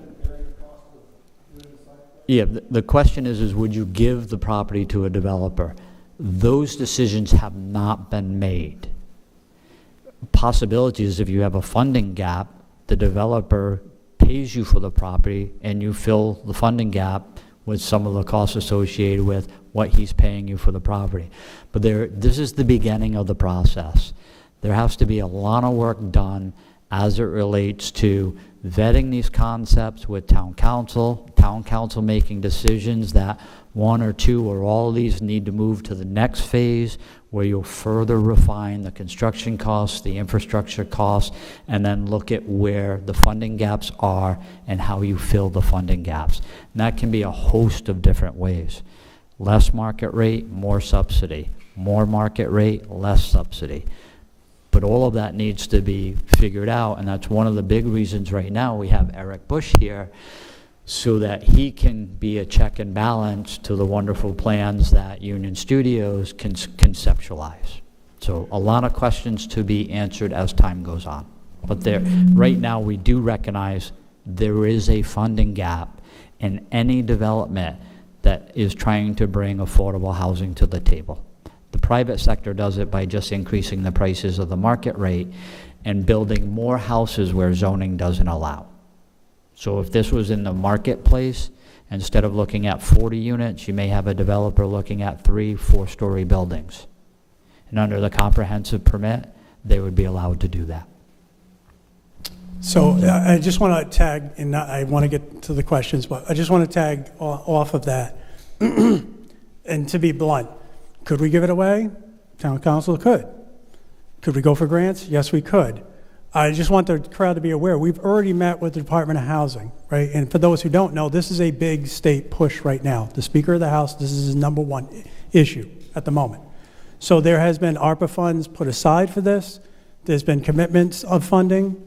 So we're having those discussions now. The state has already come down and done an assessment because there is a state law in place about former school buildings, about they have to be assessed by the Department of Housing. We've had that walkthrough. We've been, Jamie's been on this conversation, the manager, myself. We're pushing the Department of Housing and saying, okay, put your money where your mouth is, right? And so our preference would be have others pick this up. If it is a priority for the state can help us pick up the tab to take down the building, build the infrastructure, do a pad-ready site. That would be our goal, right? But I do want to remind everyone of one thing. As it sits now, the property is public land. Public land is not taxed, right? So eventually, whatever housing goes on here, we will receive tax revenue off of that to support the infrastructure. And how the infrastructure is maintained, again, is to be determined. So the idea would be we'd also get that property onto the tax rolls, and there's some creative financing mechanisms when you're going from non-taxable to taxable that also are available to the town. So these are all mechanisms that we can do. But I'll go back to the point I made earlier. I don't think the intent is to put it on you, the taxpayers, to go build affordable housing. That is not what the town council is saying. They're saying we're getting creative to achieve the goals and fill a community need without burdening the community. Does this go to a ballot in the finality of it that we vote on as a town? Does it go to a ballot, like a bond ballot or something? No. No, you elect representatives for this sheer purpose, right? We're representative government. That's why I would say that if you have opinions, express them to the council. This is why we hold these sessions. And I would say molding these plans into something that works for the most would be the goal, if they go down this lane. And again, they're still deciding. Okay, I'll stop talking. I just wanted to add one more point, and then we'll go to the question over here, which is, Eric and I have done this with other communities. I mean, this is an issue all over the place, right? And there's a community on the Cape we're working with. They ultimately decided there was a number that was their limit. They would go no higher. They knew that that was creating an even bigger gap, and they as a community were just going to bear that cost. They just decided we're going to talk this through. This is important to us. These are the kinds of things that you have to talk through and understand. So I think through this process, again, there's a lot of numbers ahead of us that still need to be worked out, but there are options out there for how much the town does or doesn't put in, depending on how feasible a project you want, who you want to attract. If the town wants to pay nothing for it, you might have to allow more density to offset that. So there's a host of challenges here that need to be solved for, unfortunately. But just wanted to make that clear. Yeah, please. And if I can add even more to it, I think to Jeremy's point, in different communities, and a lot of folks are struggling with very similar issues, when you look at solutions that have come out across the country, it is a broad spectrum of this notion of balance. Sometimes it is the ability to bring in outside funding from state, from federal, from something to build some infrastructure. But I think what the opportunity here is, and we don't often see it, it's not always the case, is that the town has control of these pieces of property, where oftentimes it's more reactive because it's a piece of private land and someone's going to sell it, and it's kind of a reactive notion. Where in a process like this that is kind of out in front, in gathering information, which is what's happening now, gathering information to help inform, here's a plan, here's a program, here's the sense of scale, here's the sense of affordability, et cetera, that we're hearing from the community, it's rare because usually, again, it's reactive to something and it's trying to figure out what's best. When in this case, this broad spectrum of opportunity is there, which also makes it difficult because there's so many variables, it's hard to pin one down. So again, my point being that these issues sometimes have a wide spectrum of solutions, and projects like this kind of mixed income where you might have market rate and affordable and different levels and different housing types, townhomes and cottages and 2.5 stories, they will often come down to having 10, 15 different sources of funding because they're complicated and they take, public, private, all sorts of different creativity to make happen, as opposed to just the standard sort of debt and equity that funds a lot of projects. So I think it's a great opportunity and some great feedback that'll shape it. Is it my turn? Okay. First of all, thank you. I was at the last community meeting, and I just appreciate that you're all presenting this in a way that's easy for me at least to understand, because this is not my wheelhouse at all. I have a really tiny question. Maybe that's welcome at this point. But personally, I'm all for building housing that is attainable for folks, so that we can increase, not decrease, the population of South Kingstown. I love it here. You spoke about in each of these concepts that there would be some parking for the park itself.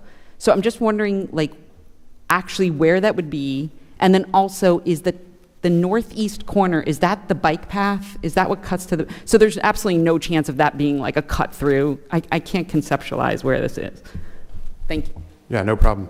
No, that's the bike path. So there's nowhere that would lead. That would be a dead end road. And I think if there was public parking, it would probably be, in this scheme, we drew some spaces down. Yeah, so that's the idea is there's sidewalks and stuff, but you couldn't drive through there. The other side of the bike path there is where the cemetery, the like 4,000 acre cemetery, it's like the biggest cemetery I've ever seen is back there. But the idea with the public parking is that it would be potentially, like in this scheme, there might be spaces along the edge of the park. And some of the other schemes like these over here, I was thinking it was like those first 10 spaces when you first pull in, sort of a thing. It would have to be worked out. You'd sign it, you'd make sure it was clear what was feasible or not. And again, it's just a concept at this point, but we think it's an important one. Someone from the town brought that up early on, like, hey, we use that parking for that park, so don't nix that completely. So thank you for a tiny question. Where is Winter Street? Winter Street is left.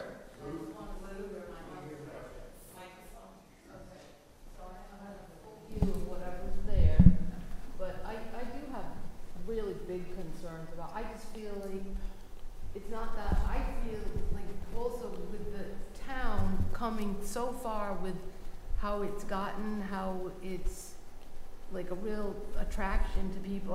I understand public housing, like I said, I'm an RN. I had to commute all my life to go work in an intensive care unit in the city to live here. We bought the cheapest house. It was a dump. We made it better with our own two hands. And there's a lot of jobs out there for anybody who wants to be a nurse or become a nurse. I can direct them that way, who says there's no job. I just want to be respectful. Like, I know everyone wants the opportunity, but I want to be respectful of those who have the hand up for a while and that we get to everybody in the room, so. I just feel like there should be, I don't know where we missed the section with the town hall to talk about, like, maybe an amphitheater. All this. So again, housing isn't going to necessarily be the thing. It's one thing that we're investigating. Just keep in mind, if you turn this whole thing into, a water park available to the community, you got to come up with the funds to do that. The town's got to carry that cost, right? Host of options on the table. But let's go to a hand raised orange shirt, then we're going to go back to the white shirt. I guess that's me. So we'll go orange shirt first here in front. Go ahead, sir. How do you make eventually a demarcation between what becomes the private section where the housing is, and then the public, like the park and the areas around that people have freedom to walk and travel in? So there would be legal boundaries drawn, but I don't think that's the question you're asking. If you design it well, there should be a lot of cues that let you know when you're kind of crossing a threshold. Like, I know when I'm kind of walking onto your property, typically. So, yeah. No boundaries for me, man. I'm a free ranger. So that's where, like, this idea of, like, making that street feel like a public street, but then once you turn off of that, like, something changed. And you can do it with little hedges. You can do it with, if you're doing a terrible job at signs, right, it's private property, do not enter. That's terrible, right? That's like the last resort if it comes to that. But I think with any of these, you'd want to be very clear about that. And I know our office is always trying to find that fine balance. We don't like it when the world is clear-cut A or B. It's like everything's a gradient. Like, there's places in town I know I can walk. I can go up to your porch, but I'm not going to walk into your side yard, right? So we as humans can intuit a lot of that if you design it well. If you don't design it well, you stick a big sign out front. So, yes, Brian, where are you going? Right there in front of you. Oh, logistical dancing back there. Hi there. I don't want to rock the boat right here, but I wrote an email. You're Mr. Wagner? Yeah, so you and I corresponded by email, and I just want to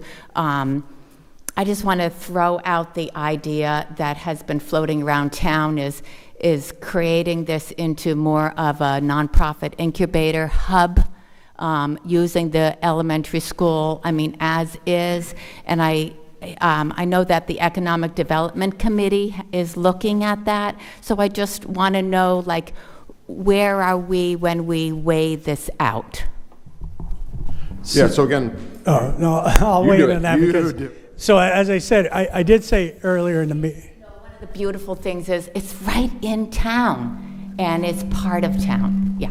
so as I said at the beginning of the meeting, right, we respect that everyone has may have differing opinions on where or how the building could be used, right? Tonight's really to discuss primarily affordable housing. Some people may not want affordable housing, and that's fine, but our mission was to get feedback specific to housing in general on this site. As far as incubator, you're absolutely right. EDC has weighed in on that. The council had a direct line to the EDC on that issue, and I expect that discussion to continue, but it'll continue in the context of when we bring back the housing component, the council will be considering all things, right? We're just gaining one piece of the puzzle, and then the other pieces of the puzzle are also being filled in addition to administration, but by others. And the council can certainly direct us, which they haven't directed us yet in the administration, to explore incubator space or reuse in any other category. So I hear you. I think, there's council members here tonight that hear you, but I just want to make sure that we stay in the framework of tonight. Not to be disrespectful, I just want to make sure.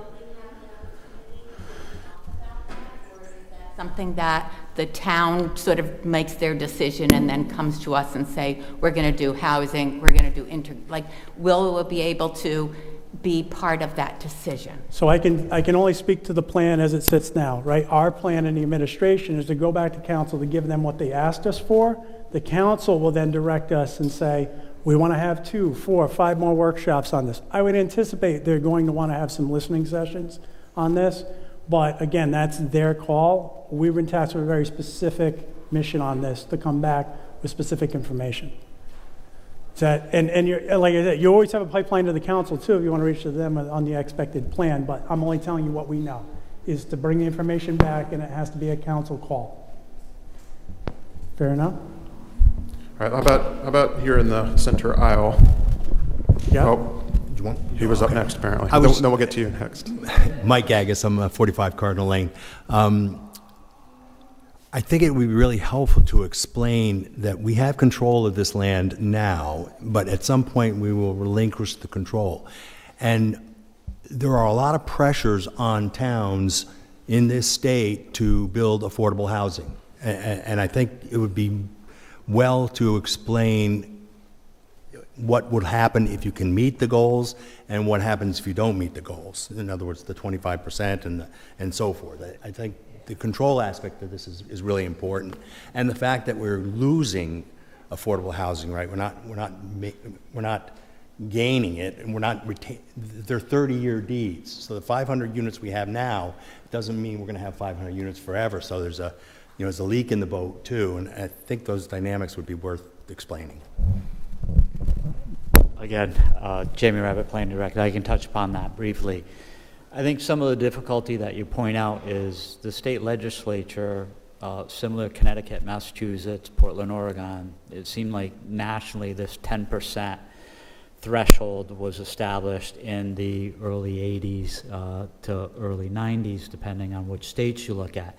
The difficulty is some of those communities within the states that they were adopted were already at 9.5.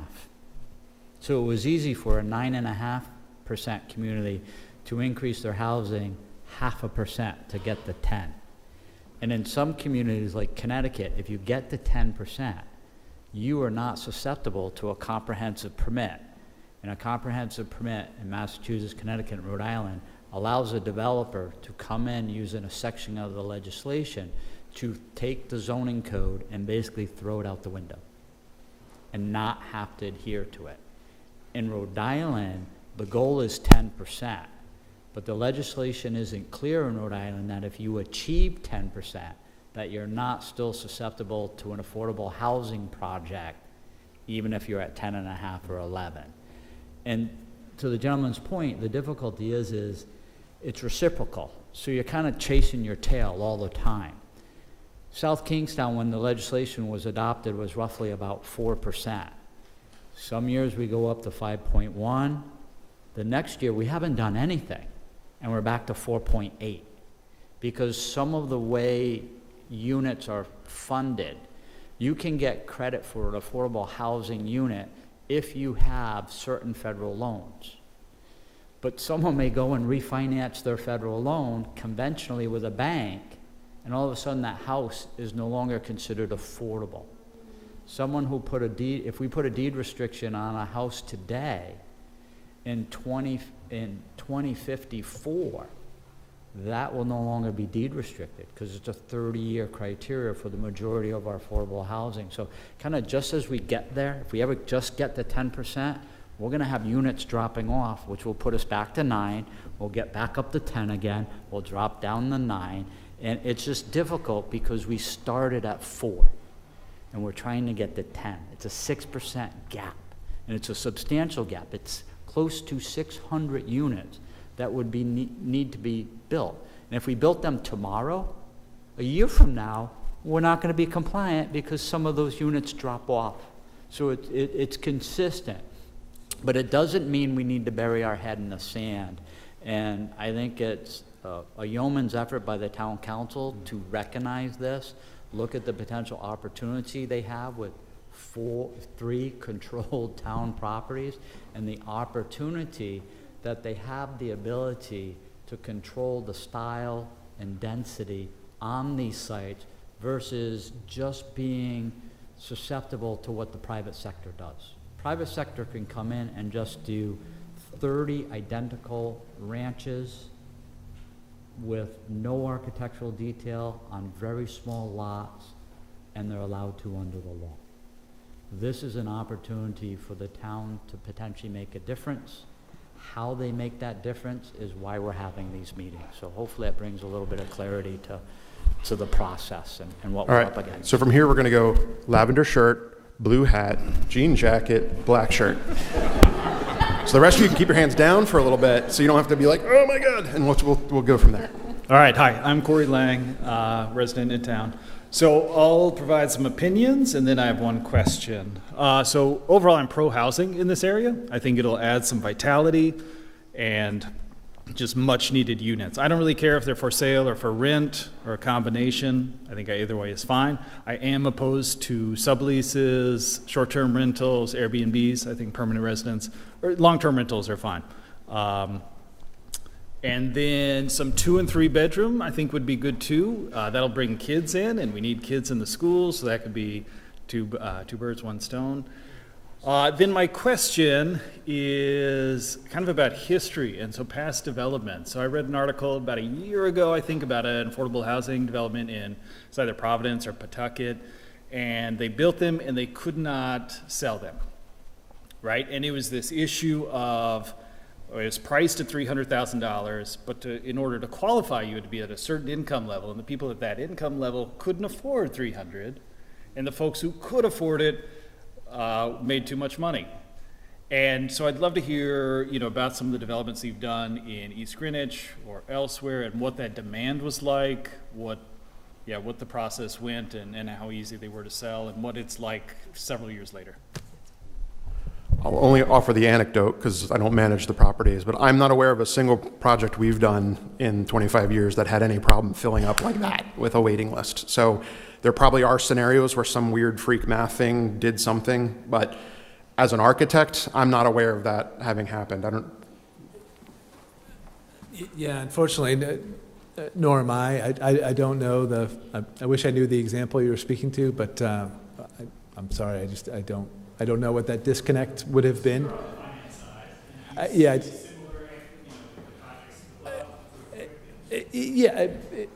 If they're thoughtfully done, meaning that they're built to meet the demand. And I know, it's easy to say you have demand across the spectrum, but I think, as you move forward, getting more and more refined into, yes, 1 and 2 bedrooms, that does fit the need.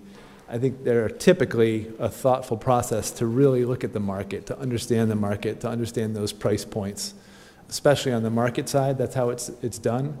And on the sort of more income restricted side, whether workforce housing, affordable, whatever it may be, typically there is a process that makes you really look at what the waiting list is, what are the price points, what's not available for folks that have been looking for a period of time. So a typical development process will really go to that demand side, study it, understand it before you really put all of the various restrictions and constraints on. We haven't done that yet. We're still in that, wide open kind of information gathering phase. With all that said, and people make mistakes. I'm sure there's projects and bad actors and things like that. And the best you can do is sort of insulate the process from getting a bad actor into it who just misses the mark or doesn't have the right experience or right expertise to deliver quality product for those who need it. So I know that's a generic answer, but I don't know how to address it more specifically than that. I can add upon that, Eric, that in working as a planner for 36 years now, in that time frame, there have been a few soft spots in the marketplace where developers have complained for short periods of time based on specific market conditions of when they were putting their units into the marketplace. There may have been a softening of the market. So at the price point they were at, with the down payment people needed to make, with the interest rates, with banks tightening up on your FICO scores, that they may have struggled to find a qualified buyer. But in some instances, some of those projects I'm aware of were being self-financed, so they didn't want to assume the risk of certain individuals lending money to. But those tend to sort their way through the marketplace in those soft sessions and work themselves out. I'm not aware in my tenure as a planner where a project has failed because they were unable to sell the affordable units. Again, there may be a short period in the marketplace where 3 months or 6 months they didn't have a buyer for an affordable unit, but typically those end up resolving themselves. So.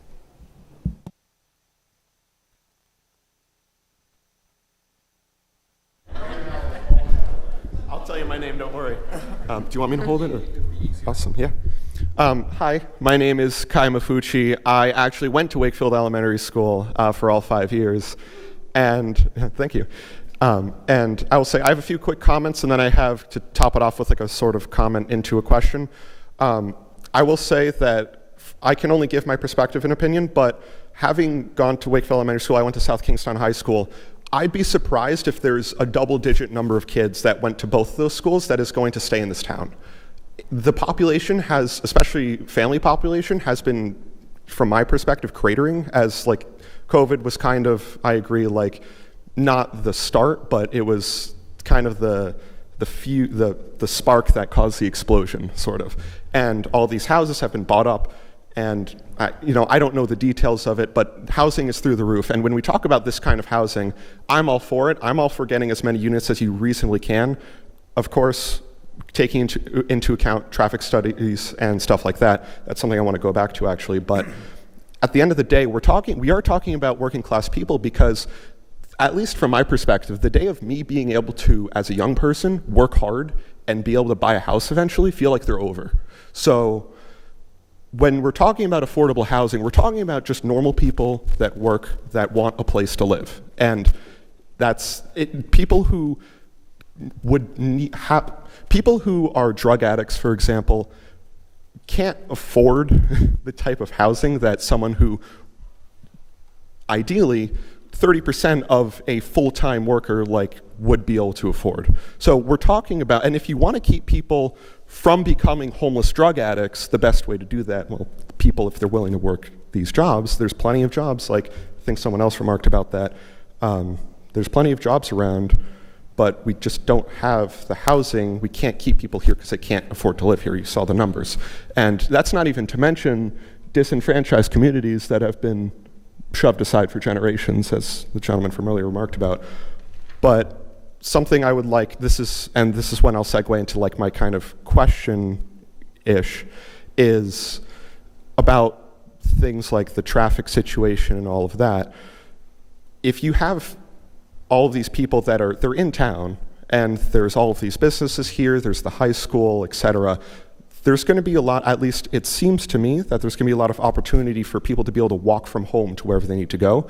So, of course, we still need to do all of the traffic studies and everything, figure out what's going on, but maybe the impact isn't going to be as large. Maybe there's going to be a tiny bit of relief in that people can walk to the grocery store. They don't have to get in their car to do literally anything. And that's where I'd like some input on, because I'm not an expert on this stuff, of course, but thank you.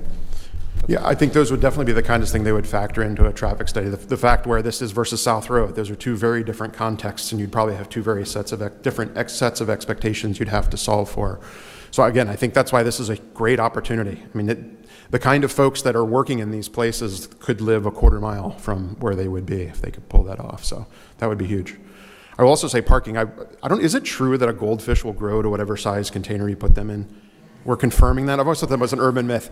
I feel like parking is the same thing. The more parking you provide, people will just own more cars and fill out the parking. So it's ultimately about like finding the right balance, what seems reasonable. People will buy into their understanding you only have one space, not four at your disposal. So I think all those things can be worked out with good management too. So we were jean jacket next. Jean jacket and then black t-shirt and then, this jean jacket. There's two jean jackets. And then we'll go there. Hi there. My name is Meredith Caparelli. I have a bit of a personal connection to the land there. My husband is a maintenance technician for the school department and is currently caring for that building. And it is a challenge because it's in the center of town and being vandalized. And my daughter also attended that school at the time of its closure.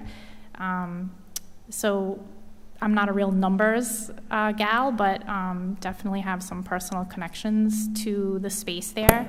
I'm happy to hear that we're having these discussions, as I feel that we don't want to be like our neighbor, North Kingstown, and have a building in the middle of a school building in the middle of town that's sitting there empty, vandalized for years and years and years. So I'm really happy to see that this conversation is happening, although a bit challenging to take it all in and kind of see that space become something different. But I think probably necessary. For me, I'm looking at how you're going to retain that public piece to it and that green space. And I think what I'd really like to see is some kind of nod to the history of all of the children who played there and the teachers who have taught here for many, many years in that space. When that building comes down, that will be a challenge for many people.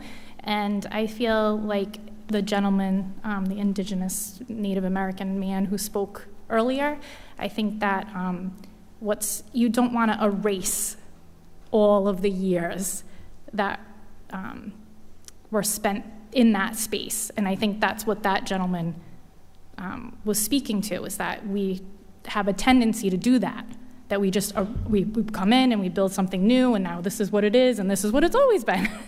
And I think that, when you hear that gentleman's story, it impacts the generations over time. And while obviously it's just a school to many people, and it's not a big deal, but to some people it is. And I think that it would be nice to see some kind of a nod to the history of Wakefield Elementary School, because it was an amazing school. No, I think that's a lovely sentiment. I think it would be great to build into the RFP, like, what are you going to do to provide? There's some movie where the guy goes to his childhood home and he finds out it's like a 7-Eleven. Does anyone remember what movie that is? Like how traumatic that is to pull up and suddenly realize, like, wait, it's not here anymore. So I love that idea. And we were surprised. No one tonight has said, like, what happens to the playground? What happens to some of the things that are here? All to be kind of figured out, but I think there's opportunities there to create little moments. Maybe there's a little monument, a little plaque there that kind of, mentions the history of the place, because I do think that's important. Because it is in the center of town. To see it the way it is, it's hard to take in with the boarded windows and that kind of thing. And for my daughter to go back and see this is where I went to school and it's kind of deteriorating. To then go back and then it just never existed. So I just think to have something, and I know this is more of like like I said, the numbers need to happen, and something does need to be done, and I'm for that, but I think holding on to some history there is important, because we don't want to just erase the past. We did challenge Union Studios to maintain the small sledding hill. Now you're on the record. You got to keep it forever. For all of time, there will be this little pitch of hill right there. We challenged them to maintain it and incorporate it in their design. It's called Wizard's Run. For all of time, it'll be Wizard's Run, and we're good to go. All right.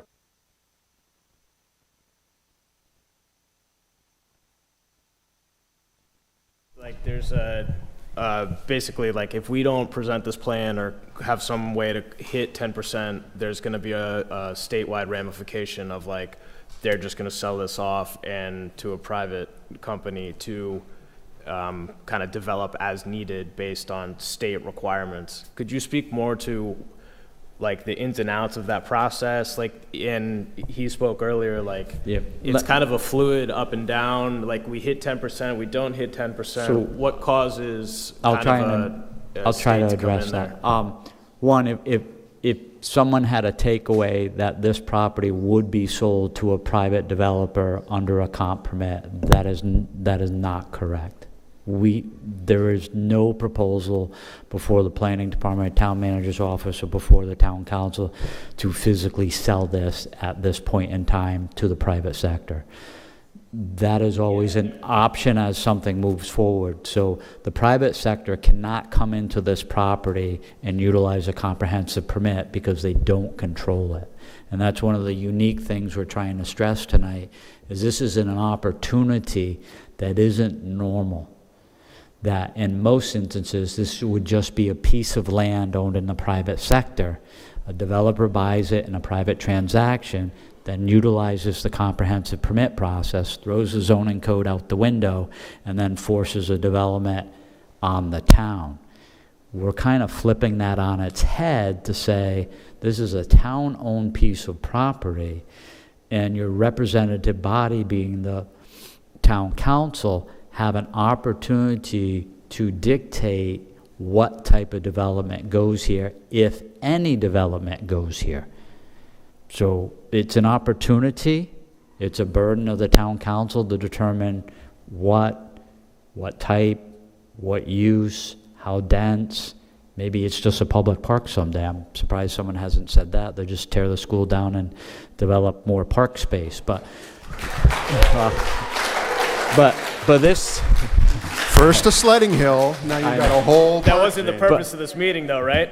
Correct. We're talking about housing tonight. So again, there's a lot of things that are involved in this process. We're talking about housing tonight, but again, if there was a takeaway that there is a proposal to just sell this to the private sector and have the private sector take over, I'm not aware of that option right now. But I think I understand your question. So there is no preemption of local control over the property. So meaning the state can't come in and take the property and use it for affordable housing. I think your question is more of, can it be forced upon us? No. We own the property as it sits now. We can determine what goes with it. The state does have a law that they can review old school buildings and attempt to assist in the development of affordable housing, but they do not have control to come in and assert state control over locals to make it affordable housing. So unless we sell it to a private development firm and they take it and go that route on the comp permit, that wouldn't happen. But at some point we have to do something with the property, right? You've heard about the current state. So that's what we're trying to get at. What does the property end up being? Luke, Luke. If we do not get 10% affordable housing as a community based on the state's guidelines. That's been discussed on the comp permit. Yeah, I think I can clear it up quick. I get where you're coming from. Stepping back, currently because the town is under 10%, a developer could come in kind of anywhere in the county and say, I own 10 acres over here out in the middle of farmland. Private land. I own this land. The zoning says I can build one house on this land, on this property. But because you guys aren't at your 10% threshold, if I promise to build 25% of my units as affordable, so I'm going to build 100 units out here because I'm going to give you 25 of them as affordable housing, The town has very few ways of stopping that from happening. There are ways, it's got to be a viable project. It can't be ridiculous town. But when you're under that 10%, kind of anybody that owns land anywhere can propose anything. Let's make it drastic. It's not really quite that bad. So the goal of getting to 10% is suddenly you shut those people down where they can't do it anymore. They got to respect what your zoning states, or they've got to come in through another different venues of doing it. So it is absolutely a goal that you're trying to hit. To Jamie's point, it's a very difficult thing to hit. Like I said earlier, even with all three of these sites built out beyond their capacity, you're not going to get there, but you want to keep moving in the right direction. So what's at stake is just the fact that it's sort of open everywhere until you get to that 10%. So that's what you're trying to chip away at. And I think stepping away from that, that's the what's the expression? That's the stick. So I think the carrot is that hopefully we all recognize we need more affordable housing. So let's embrace this opportunity. Like if we think we're only doing this to chase the 10%, we're probably kidding ourselves. That's a benefit, but we should also be trying to provide affordable housing because the community really needs it too. Did that address your question, or did all three of us strike out? Yeah.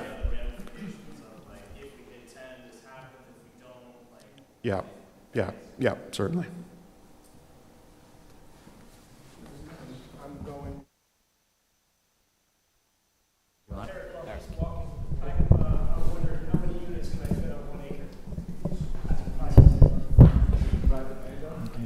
It depends on where you are, because zoning varies in different locations.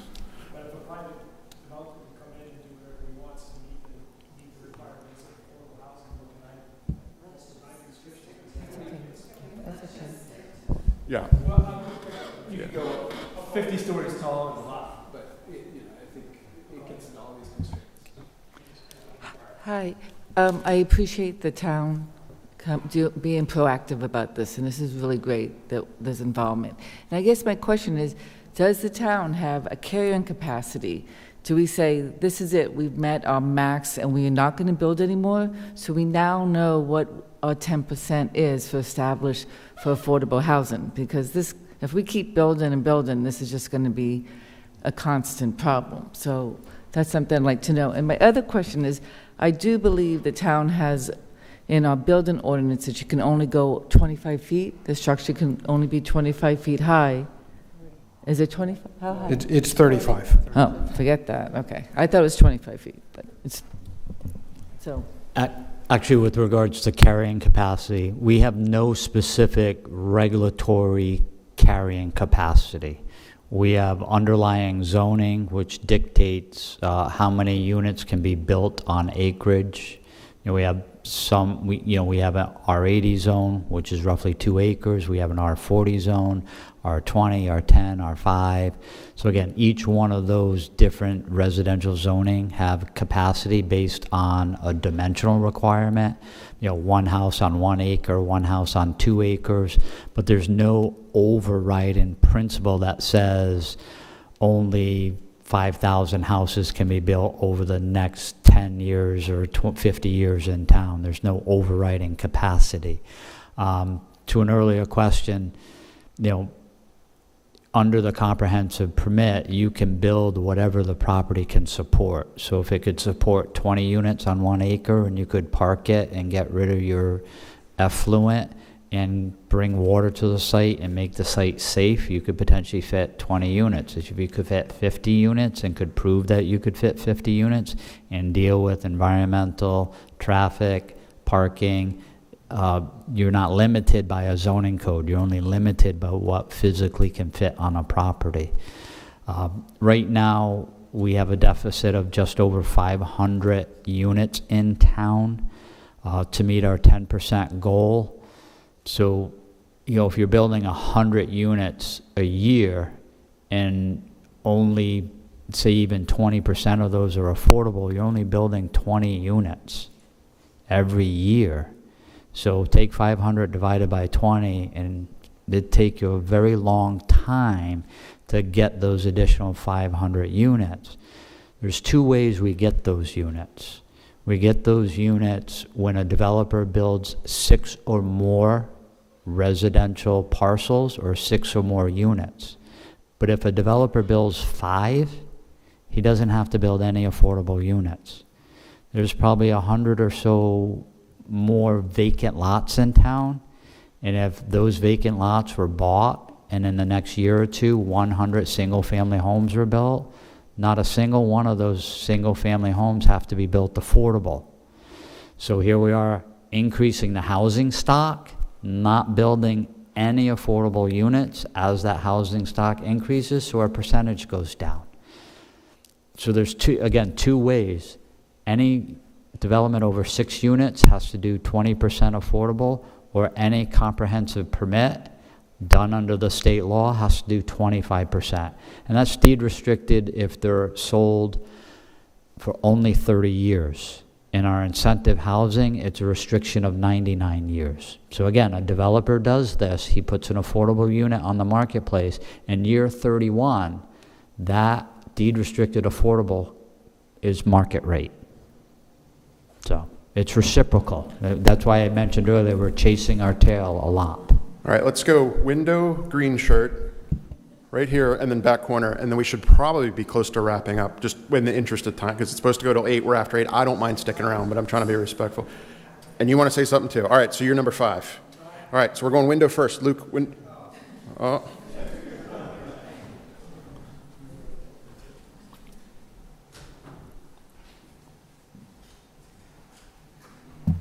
It's like a game show. I'm just curious if there's any way to have like a residency requirement for the affordable housing? Is that like a thing that you need to require that someone's lived in town for X amount of years, or is some sort of tie to the community to have access to it? That question came up, I believe, at South Road too. That is something as concepts get developed and programs get evaluated that I'm sure the town council will tackle as a question, but that falls under statutes and law associated with the Fair Housing Act at the federal and state level. So we will explore those restrictions as time goes on, but I'm just not sure whether the town's hands will be tied under the Fair Housing Act at the state and federal level. So there's potential, but I don't have a definitive yes or no. Green shirt. Charles, I'm going to guess. No, it's going to be wrong. But, yeah. Hello. Yeah, I'm Randy, resident of Northup. Question, it's a very unique property because it has a big, beautiful park. Obviously, 10 parking spaces. I know these are concepts, but the 300 events, those are awesome. They're huge public events. We had live music. That parking space is critical. I imagine if something was developed there, there's no more events that are going to happen in that park. Is that something that's under consideration, or would you expect events? Because how many people do we bring up to that? Was there like hundreds of people come to these events? So do we forfeit the ability to leverage the park as a community if there's housing built? I think it's a great question. My thought would be that no, it shouldn't preclude you from doing events there. You are creating a parking scenario you need to solve for if you're already leveraging the 50 spaces that were out there currently towards those events. But I would hope, and I think it could be made clear, that is a public park. It will continue to be a public park. Public parks serve a range of uses, including these events. So it's not unusual for like condo documents to talk about the kinds of things that like just because you move in doesn't mean the trains stop coming by every hour, right? So I think that could be clarified and rectified. I think you're next too.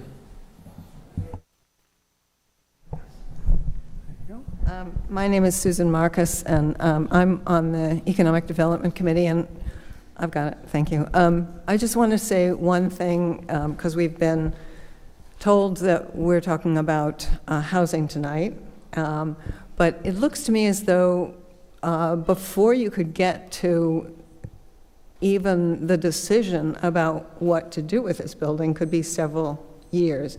And to the jean jacket lady's point, the building is already empty, has been empty, I think, for 2 years, is suffering from lack of use. And one of the things that we want to put in front of the town council is the idea that perhaps with a very small amount of community effort and tiny bit of capital, it could be used, this building could be used no matter what the town decided to do. It could be used as in the interim as a community hive, a hub, and that you could have then some activity there which wouldn't interfere with any future housing ideas. So we just hope that the town council will listen to some of these ideas as well, and they need not be in conflict with any longer-term future plans. And the only other thing I'd like to say is, don't let our town do a traffic study. They have never done a traffic study that was worth the paper it was printed on. Thank you. All right, in the back? Yeah. Sorry, it's good. You just get in the back. I don't even describe your shirt or you just get in the Two quick questions. One is, Jeremy, I think you'll be able to answer this. For the properties that abut the school on High Street, School Lane, and Northup, what is the footage in between where you can build and to where our property lines and others are? And then the second part, and this isn't for you, it's more for, and sorry if I don't recognize the town council members in here, bringing in 50, 60, 70 units and people advocating for 3 bedrooms, and to your point, which I agree with, the match of COVID, bringing in young families, some of which are here right now that have young kids. Have you all thought about bringing affordable people in here and bringing all these people with children, like I said, like I know you had mentioned, and worrying about all the schools that are being shut down as a long-term play? Yeah. So again, these are just sketches, so it wasn't to something specific. But I'm sure actually the underlying zoning wouldn't even be for something like what we're assuming here. But I think, like, I won't even... Yeah. This, I'm just trying to get to a sketch so I can get a sense of it. I think I was drawing those like 25 feet off of the property line. So that's probably, what's that? That's probably from me to you, right? Is about 25 feet. To be determined though, too. I mean, I think there's viable things there to think through. Jay told me, hey, they're going to bring up what's those dimensions, what are you doing for buffers and things. All those things would have to be figured out. I obviously was trying to trend on the bigger building towards, how far can you get it off of there. I think with smaller buildings, you'd have to think about something a little bit differently, but yeah. No problem. Just so you understand, like, these are concepts, right? We all know that, we've said that. But that input's valuable because when we go back, we translate that as there's a concern over the proximity of the houses, right? It's a concern over the scale of the houses. They're concerned about buffering to any potential development. So those are broad sort of goals and input that will translate, and that can be interpreted in different ways through future design. So I think you wanted to make a comment? Okay. Sorry. It's a long one. So I really appreciate, yeah, that would be awesome. I appreciate being here and everybody's feedback. It's been very instructive and very useful. One of the things that I really, oh, by the way, I'm Patty Alley. I'm on the town council. I've been on the council for the last 2 years, and I'm running for re-election. One of the things that I really want to clarify is what we're talking about here are incomes on the AMI schedule, which is the average median income between 60 and 120% of the median income. When we talk about affordable housing, generally what we're referring to is the segment between 30 and 60%. And those individuals typically live in the Champaign Heights, Fournier Estates. These are housing that goes up to those income limits. Actually, it's being the income limit in the FHA Section 8 housing is being boosted up, whereas before it was usually like 30 or 40. Now it's being boosted up to 60.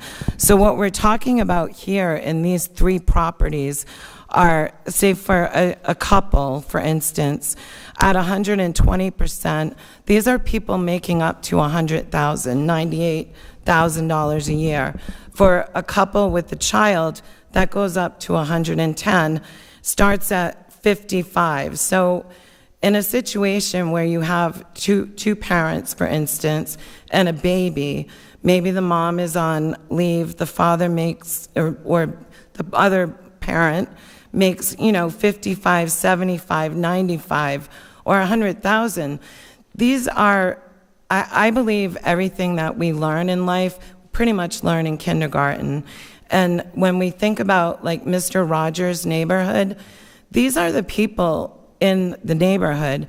These are like me, or what I started off as, a social worker, my husband's chefs, teachers, the caregivers. These are the essential workers that we all found out who's really essential during the pandemic. It's not necessarily the folks that can work from home doing whatever. It's the people that are, on the ground floor. So in my estimation, we need to change this. The South Kingstown Housing Initiative from now on should be exploration of workforce and moderate income housing, because there's so much stigma about affordable housing that I think that it's harming us in this process. And that's pretty much all I have to say. Well, thank you. Good clarification. So with that, I think we're going to conclude. I will remind you, though, next steps. Okay. There is the Ann Rose rule. I did read that earlier. We don't conclude without hearing Ann Rose. I live at the end of Northup Street, which is a dead-end street, which is fine, and I've lived there for over 30 years, which I love it, okay? This is kind of like rattling me just a little bit. But I'm parallel with the bike path. Is there any access for these people to get on the bike path with all of these plans? Yes. Where? I'm just kind of curious as to where, because we're about the only place. Where I would say literally would be determined, right? Oh, going the wrong way. As I was just sketching them in currently. I don't know where they would get. Currently, there's a place there where the fence is open and the grades work out. So I drew it there, but it could be further down on the school property. It's not a real access, but I think it should be made real. And if that's not the spot, figure out where it does make sense. But I do think part of the reason it's that way is because the grades start to go up so you can actually get over the water. So but it wouldn't be on your property. It would certainly be on the school property. Jeremy, that is a real access. It's been permanently outlined and fenced and everything like that. So it's there. It exists on the school property. Excellent. All right. So again, thank you, everyone. As a reminder, next week, we're here again, Oliver Watson House. Sure. And I'm happy to stick around and keep talking first. I just wanted to say, I know a lot of people are leaving. We're going to stick around for some questions. We'll have the boards up if you want to take a picture, so we're not leaving. But if those who need to leave and go, feel free.